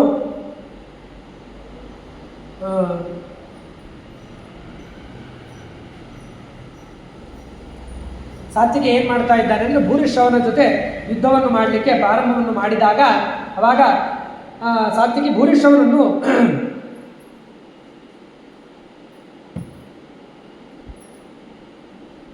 ಸೋಲಿಸ್ತಾ ಇದ್ದಾನೆ. ಅವರಿಬ್ಬರೂ ಕೂಡ ಪರಸ್ಪರವಾಗಿ ಯುದ್ಧವನ್ನು ಆಡ್ತಾ ಇರಬೇಕಾದ್ರೆ ಭೂರಿಶ್ರವಸ್ ಏನು ಮಾಡಿದ ಅಂತಂದರೆ ಈ ಸಾತ್ವಿಕಿಯ ಸುತ್ತು ಅವನ 10 ಜನ ಮಕ್ಕಳಿದ್ದರು. ಸಾತ್ವಿಕಿಯ ಸುತ್ತಲೂ 10 ಜನ ಮಕ್ಕಳಿದ್ದರೆ ಆ ಭೂರಿಶ್ರವಸ್ ಏನು ಮಾಡದ ಅಂತಂದರೆ ಸಾತ್ವಿಕಿಯ ಮಕ್ಕಳನ್ನು ಕೊಂದು ಹಾಕಿದಾಗ ಸಾತ್ವಿಕಿಗೆ ಸ್ವಲ್ಪ ಆವಾಗ ಅಂದರೆ ಅವನಿಗೆ ಸಹಾಯ ಇಲ್ಲದೇ ಇದ್ದಂಥದ್ದು ಆ ಪರಿಸ್ಥಿತಿ ಬಂದಾಗ ಭೀಮ ಏನು ಮಾಡದ ಅಂತಂದರೆ ಸಾತ್ವಿಕಿಯ ರಕ್ಷಣೆಯನ್ನು ಮಾಡಿದ. ಭೀಮಸೇನ ದೇವರು ಬೇಗನೆ ಬಂದು ಆ ಸಾತ್ವಿಕಿಯ ರಕ್ಷಣೆಯನ್ನು ಮಾಡ್ತಾ ಇದ್ದಾನೆ. ಮಾಡಿದ ಮೇಲೆ ಸುಯೋಧನ ಸೌಮದತ್ತಿಂ ಸ್ವಕೀಯ ರಥೇ ವ್ಯವಸ್ಥಾಪ್ಯ ಸ ಭೀಮಸೇನಾಥ ಅಪಾದ್ರವತ್ ವಾಸಭಿರ್ಭೀಷ್ಮಮಾಜೌ ಸಮಾಸಸಾದಾಶು ಮಹೇಂದ್ರ ಕಲ್ಪಃ. ಅವಾಗ ಏನಾಗ್ತಾ ಇದೆ ಅಂತಂದರೆ ಆ ಭೀಮಸೇನ ದೇವರು ಸಾತ್ವಿಕಿಯನ್ನು ಬೇಗನೆ ಬಂದು ಆ ಸಾತ್ವಿಕಿಯನ್ನು ಎತ್ತುಕೊಂಡು ತನ್ನ ರಥದಲ್ಲಿ ಹಾಕಿಕೊಂಡು ಮುಂದೆ ಹೋಗ್ತಾ ಇದ್ದಾರೆ ಭೀಮಸೇನ ದೇವರು. ಇಲ್ಲಿಗೆ 5ನೇ ದಿನದ ಯುದ್ಧ ಅಂತ ಅನ್ನೋದು ಮುಗಿದಿದೆ. ಅದಾದ ಮೇಲೆ 6ನೇ ದಿನದ ಯುದ್ಧ ಅನ್ನೋದು ಪ್ರಾರಂಭವಾಗ್ತಾ ಇದೆ. ವಿಭೋಚತಾ ವಸ್ತ್ರವಿದಾಂ ಪ್ರಬರ್ಹೌ ಶರೈರ್ಮಹಾಶೀ ವಿಷಸನ್ನಿಕಾಶೆ ತದಕ್ಷತುರ್ನಾಕ ಸದಾಂ ಸಮಕ್ಷಂ ಮಹಾಬಲೌ ಸಂಯತಿ ಜಾತದರ್ಪೌ. ಏನಾಗ್ತಾ ಇದೆ ಅಂತಂದರೆ ಭೀಷ್ಮ ಮತ್ತು ಭೀಷ್ಮಾಚಾರ್ಯರ ಮತ್ತು ಅರ್ಜುನನ ಮಧ್ಯ ಏನಾಗ್ತಾ ಇದೆ ಅಂತಂದರೆ ಯುದ್ಧ ಅಂತನ್ನೋದು ಪ್ರಾರಂಭವಾಗ್ತಾ ಇದೆ. ಇಬ್ಬರೂ ಕೂಡ ಏನು ಮಾಡ್ತಾ ಇದ್ದಾರೆ ಅಂದರೆ ಮಹಾ ವಿಷದಿಂದ ಕೂಡಿರತಕ್ಕಂಥ ಬಾಣಗಳನ್ನು ಬಿಡ್ತಾ ಇದ್ದಾರೆ. ಅವಾಗ ಏನಾಗಿದೆ ಅಂತಂದರೆ ಅರ್ಜುನನಿಂದ ಭೀಷ್ಮಾಚಾರ್ಯರ ಪರಾಭವ ಅಂತಕ್ಕಂಥದ್ದು ಆಗ್ತಾ ಇದೆ. ಸ್ವಬಾಹು ವೀರೇಣ ಜಿತಸ್ಸ ಭೀಷ್ಮ ಕಿರೀಟಿನ ಲೋಕಮಹಾರಥೇನ ಸೇನಾಮಪಾಹೃತ್ಯ ಯೌ ನಿಶಾಯಾಂ ಆಸಾದಿತಾಯಾಮಥ ಪಾಂಡವಾಶ್ಚ. ಏನಾಗ್ತಾ ಇದೆ ಅಂತಂದರೆ ಅರ್ಜುನ ವಿಚಿತ್ರವಾಗಿರ್ತಕ್ಕಂಥ ತನ್ನ ಪರಾಕ್ರಮ ಬಾಣಗಳನ್ನು ಬಿಡ್ತಾ ಏನು ಮಾಡಿದ ಅಂತಂದರೆ ಭೀಷ್ಮಾಚಾರ್ಯರನ್ನು ಅಲ್ಲಿಗೆ ಪರಾಭವವನ್ನು ಗೊಳಿಸಿದ್ದಾನೆ. ಭೀಷ್ಮಾಚಾರ್ಯರ ಪರಾಭವ ಆದಮೇಲೆ ಅಲ್ಲಿಗೆ 6ನೇ ದಿನದ ಯುದ್ಧ ಅಂತಕ್ಕಂಥದ್ದು ಮುಗಿತಾ ಇದೆ. ಅದಾದ ನಂತರದಲ್ಲಿ 7ನೇ ದಿನದ ಯುದ್ಧ. ಏಳನೇ ದಿನದ ಯುದ್ಧದಲ್ಲಿ ಏನಾಗ್ತಾ ಇದೆ ಅಂತಂದರೆ ಭೀಷ್ಮಾಚಾರ್ಯರು ಭೀಮಸೇನ ದೇವರು ಭೀಷ್ಮಾಚಾರ್ಯರ ಜೊತೆ ಮತ್ತು ದ್ರೋಣಾಚಾರ್ಯರ ಜೊತೆ ಅಶ್ವತ್ಥಾಮನ ಜೊತೆ ಯುದ್ಧವನ್ನು ಆಡಿ ಅವರೆಲ್ಲರನ್ನು ಸೋಲಿಸ್ತಾ ಇದ್ದಾನೆ. ಸೋಲಿಸಿದ ಮೇಲೆ ಈ ಕಡೆ ಏನಾಗ್ತಾ ಇದೆ ಅಂತಂದರೆ ಘಟೋತ್ಕಚ, ಯಾರಿಗೆ ಭೀಮಸೇನ ದೇವರ ಮಗನಾಗಿರ್ತಕ್ಕಂತಹ ಘಟೋತ್ಕಚ, ಆ ಘಟೋತ್ಕಚನಿಗೂ ಭಗದತ್ತನಿಗೂ ಯುದ್ಧ ಅಂತಕ್ಕಂಥದ್ದು ಪ್ರಾರಂಭವಾಗ್ತಾ ಇದೆ. ಅವರಿಬ್ಬರ ಘನಘೋರವಾಗಿರ್ತಕ್ಕಂತಹ ಯುದ್ಧ. ಘಟೋತ್ಕಚ ಮಹಾಬಲಿಷ್ಠ. ಏನಂತಂದರೆ ಆ ಘಟೋತ್ಕಚನ ಒಂದು ಪರಾಕ್ರಮವನ್ನು ಹೇಳ್ತಾ ಇದ್ದಾರೆ. ಚತುರ್ಗಜಾತ್ಮೋಪರಿಗಾತ್ಮಕಶ್ಚ ಘಟೋತ್ಕಚ ಸುಪ್ರತೀಕಂಚ ತಂಚ ನಾನಾ ಪ್ರಹಾರೈರ್ ವಿತುದಂಶ್ಚಕಾರ ಸಂದಿಗ್ಧ ಜೀವೌ ಜಗತಃ ಸಮಕ್ಷಂ. ಅವಾಗ ಏನಾಗಿದೆ ಅಂತಂದರೆ ಆ ಭಗದತ್ತ ಏನು ಮಾಡೋದು, ತನ್ನ ಪರಾಕ್ರಮದಿಂದ ಘಟೋತ್ಕಚನ ಮೇಲೆ ಒಂದು ಆಕ್ರಮಣವನ್ನು ಮಾಡಿದಾಗ ಘಟೋತ್ಕಚನಿಗೆ ನೋಡ್ಲಿಕ್ಕೆ ಸುಮ್ಮನಿರ್ಲಿಕ್ಕಾಗಲಿಲ್ಲ. ಏನು ಮಾಡಿದ, ತನ್ನ ಪರಾಕ್ರಮದಿಂದ ಒಂದೇ ಸರಿ 4 ರೂಪವನ್ನು ತಗೊಂಡು 4 ಆನೆಗಳನ್ನು ಸೃಷ್ಟಿ ಮಾಡಿ ಆ ಭಗದತ್ತನ ಸುತ್ತಲೂ ನಿಂತುಬಿಟ್ಟ. ಭಗದತ್ತನ ಸುತ್ತಲೂ ನಿಂತು ಆ ಭಗದತ್ತನ ಮೇಲೆ ಯಥಾ ಚೆನ್ನಾಗಿ ಏನಂತಾರೆ ಬಾಣಗಳನ್ನು ಇತ್ಯಾದಿಗಳನ್ನು ಹಾಕಲಿಕ್ಕೆ ಪ್ರಾರಂಭವನ್ನು ಮಾಡಿದ್ದಾನೆ. ಅದಾದ ಮೇಲೆ ಗಜಾರ್ತನಾದಂತು ನಿಶಮ್ಯ ಭೀಷ್ಮ ಮುಖ ಸಮಾಪೇತುರಮುಂಚ ದೃಷ್ಟ ಮಹಾಕಾಯಂ ಭೀಮಮುಷ್ಯ ಪೃಷ್ಟ ಗೋಪಂ ಚ ವಾತ್ಮಜಮತ್ರ ಸಂಭೃಶಂ ತೇ ಭೀತಾ ಪೃತನಾಪಹಾರಂ ಕೃತ್ವಾಪಜಗ್ಮುಶಿಬಿರಾಯ ಶೀಘ್ರಂ. ಈ ರೀತಿಯಾಗಿ ಆ ಘಟೋತ್ಕಚನ ಒಂದು ಪರಾಕ್ರಮದ ಯುದ್ಧವನ್ನು ನೋಡಿ ಆ ಭಗದತ್ತನೇ ಮೊದಲಾಗಿರ್ತಕ್ಕಂಥ ಎಲ್ಲರೂ ಕೂಡ ಬೇಗನೆ ಅಲ್ಲಿಂದ ಪಲಾಯನವನ್ನು ಮಾಡಿ ತಮ್ಮ ಶಿಬಿರಕ್ಕೆ ಹೋಗಿ ಸೇರ್ಕೊಳ್ತಾ ಇದ್ದಾರೆ ಎಂಬುದಾಗಿ ಇಲ್ಲಿಗೆ 7ನೇ ದಿನದ ಯುದ್ಧವನ್ನು ಮುಗಿಸಿ ಇನ್ನು 8ನೇ ದಿನದ ಯುದ್ಧ. 8ನೇ ದಿನದ ಯುದ್ಧದಲ್ಲಿ ಏನಾಗ್ತಾ ಇದೆ ಅಂತಂದರೆ ಇರಾವಾನ್ ಎಂತಕ್ಕಂಥವನು ಅರ್ಜುನನಿಂದ ನಾಗಕನ್ನಿಕೆಯಲ್ಲಿ ಹುಟ್ಟಿರ್ತಕ್ಕಂತಹ ಮಗ, ಅವನ ಹೆಸರೇನು ಇರಾವಾನ್ ಎಂಬುದಾಗಿ. ಇರಾವಾನ್ ಎನ್ನುವಂತಹ ಒಬ್ಬ ಅರ್ಜುನನ ಮಗ ಶಕುನಿಯ ಮಕ್ಕಳ ಜೊತೆಗೆ ಯುದ್ಧವನ್ನು ಮಾಡಿ ಆ ಶಕುನಿಯ ಮಕ್ಕಳನ್ನು ಅವನು ಸಂಹಾರ ಮಾಡಿದ್ದಾನೆ. ಸಂಹಾರವನ್ನು ಮಾಡಿದಾಗ ಅದನ್ನು ನೋಡಿ ಅಲಂಭುಸ ಎನ್ನುವಂಥ ಒಂದು ರಾಕ್ಷಸ, ಅದನ್ನು ನೋಡಿ ದುರ್ಯೋಧನ ಬಂದು ನಾ ಹೋಗ್ತೀನಿ ಯುದ್ಧಕ್ಕೆ ಅಂಥೇಳಿ ಭೀಷ್ಮಾಚಾರ್ಯ ಅಂತ ಹೇಳಿದಾಗ ಭೀಷ್ಮಾಚಾರ್ಯ ಹೇಳ್ತಾರೆ ನೀ ಹೋಗಬೇಡ ಅಂಥೇಳಿ ಯಾರು ದುರ್ಯೋಧನನ್ನು ತಡೆದು ಅಲಂಭುಸ ಎನ್ನುವಂತಹ ರಾಕ್ಷಸನನ್ನು ಯಾರ ಮೇಲೆ, ಆ ಇರಾವಂತನ ಮೇಲೆ ಕಳಿಸ್ತಾ ಇದ್ದಾರೆ. ಆ ಅಲಂಭುಸ ಎನ್ನುವಂತಹ ರಾಕ್ಷಸ ಆ ಇರಾವಂತನನ್ನು ಸಂಹಾರ ಮಾಡಿಬಿಡ್ತಾನೆ. ಆ ಸಂಹಾರವನ್ನು ಮಾಡಿದಾಗ ಅದನ್ನು ನೋಡಿ ಸುಮ್ಮನೆ ಇರದೆ ಏನು ಮಾಡ್ತಾ ಇದ್ದಾನೆ, ಘಟೋತ್ಕಚ ಬಂದು ಮಹಾಪರಾಕ್ರಮಿ ಮತ್ತೆ ಬಂದು ಆ ಕೌರವ ಸೇನೆ ಮೇಲೆ ಅವನು ದಾಳಿಯನ್ನು ಮಾಡ್ತಾ ಇದ್ದಾನೆ. ಮಾಡಿ ಮತ್ತೆ ಘನಘೋರವಾಗಿರ್ತಕ್ಕಂತಹ ಯುದ್ಧವಾಗಬೇಕಾದರೆ ಏನಾಗುತ್ತೆ ಅಂತಂದರೆ ಘಟೋತ್ಕಚನಿಗೆ ಸ್ವಲ್ಪ ಅಲ್ಲಿ ಶ್ರಮವಾದಾಗ ಭೀಮಸೇನ ದೇವರು ಬಂದು ಆ ಘಟೋತ್ಕಚನಿಗೆ ಸಹಾಯವನ್ನು ಮಾಡ್ತಾರೆ. ಭೀಮಸೇನ ದೇವರು ಬಂದು ಘಟೋತ್ಕಚನಿಗೆ ಸಹಾಯ ಮಾಡಿದಾಗ ಘಟೋತ್ಕಚ ಮತ್ತೆ ತನ್ನ ಒಂದು ಪರಾಕ್ರಮವನ್ನು ಸ್ವೀಕಾರ ಮಾಡಿ, ಅಂದರೆ ಅವನಿಗೆ ಅನೇಕ ದುರ್ಯೋಧನ ಬಂದು ಏನು ಮಾಡ್ತಾನೆ ಅಂತಂದರೆ ಒಂದು ಈ ಕಂಠದ ಹತ್ರ ಚುಚ್ಚಿಬಿಡ್ತಾನೆ. ಚುಚ್ಚಿದಾಗ ಅವನಿಗೆ ಸ್ವಲ್ಪ ಬಲ ಅಂತ ಅಂದರೆ ಸ್ವಲ್ಪ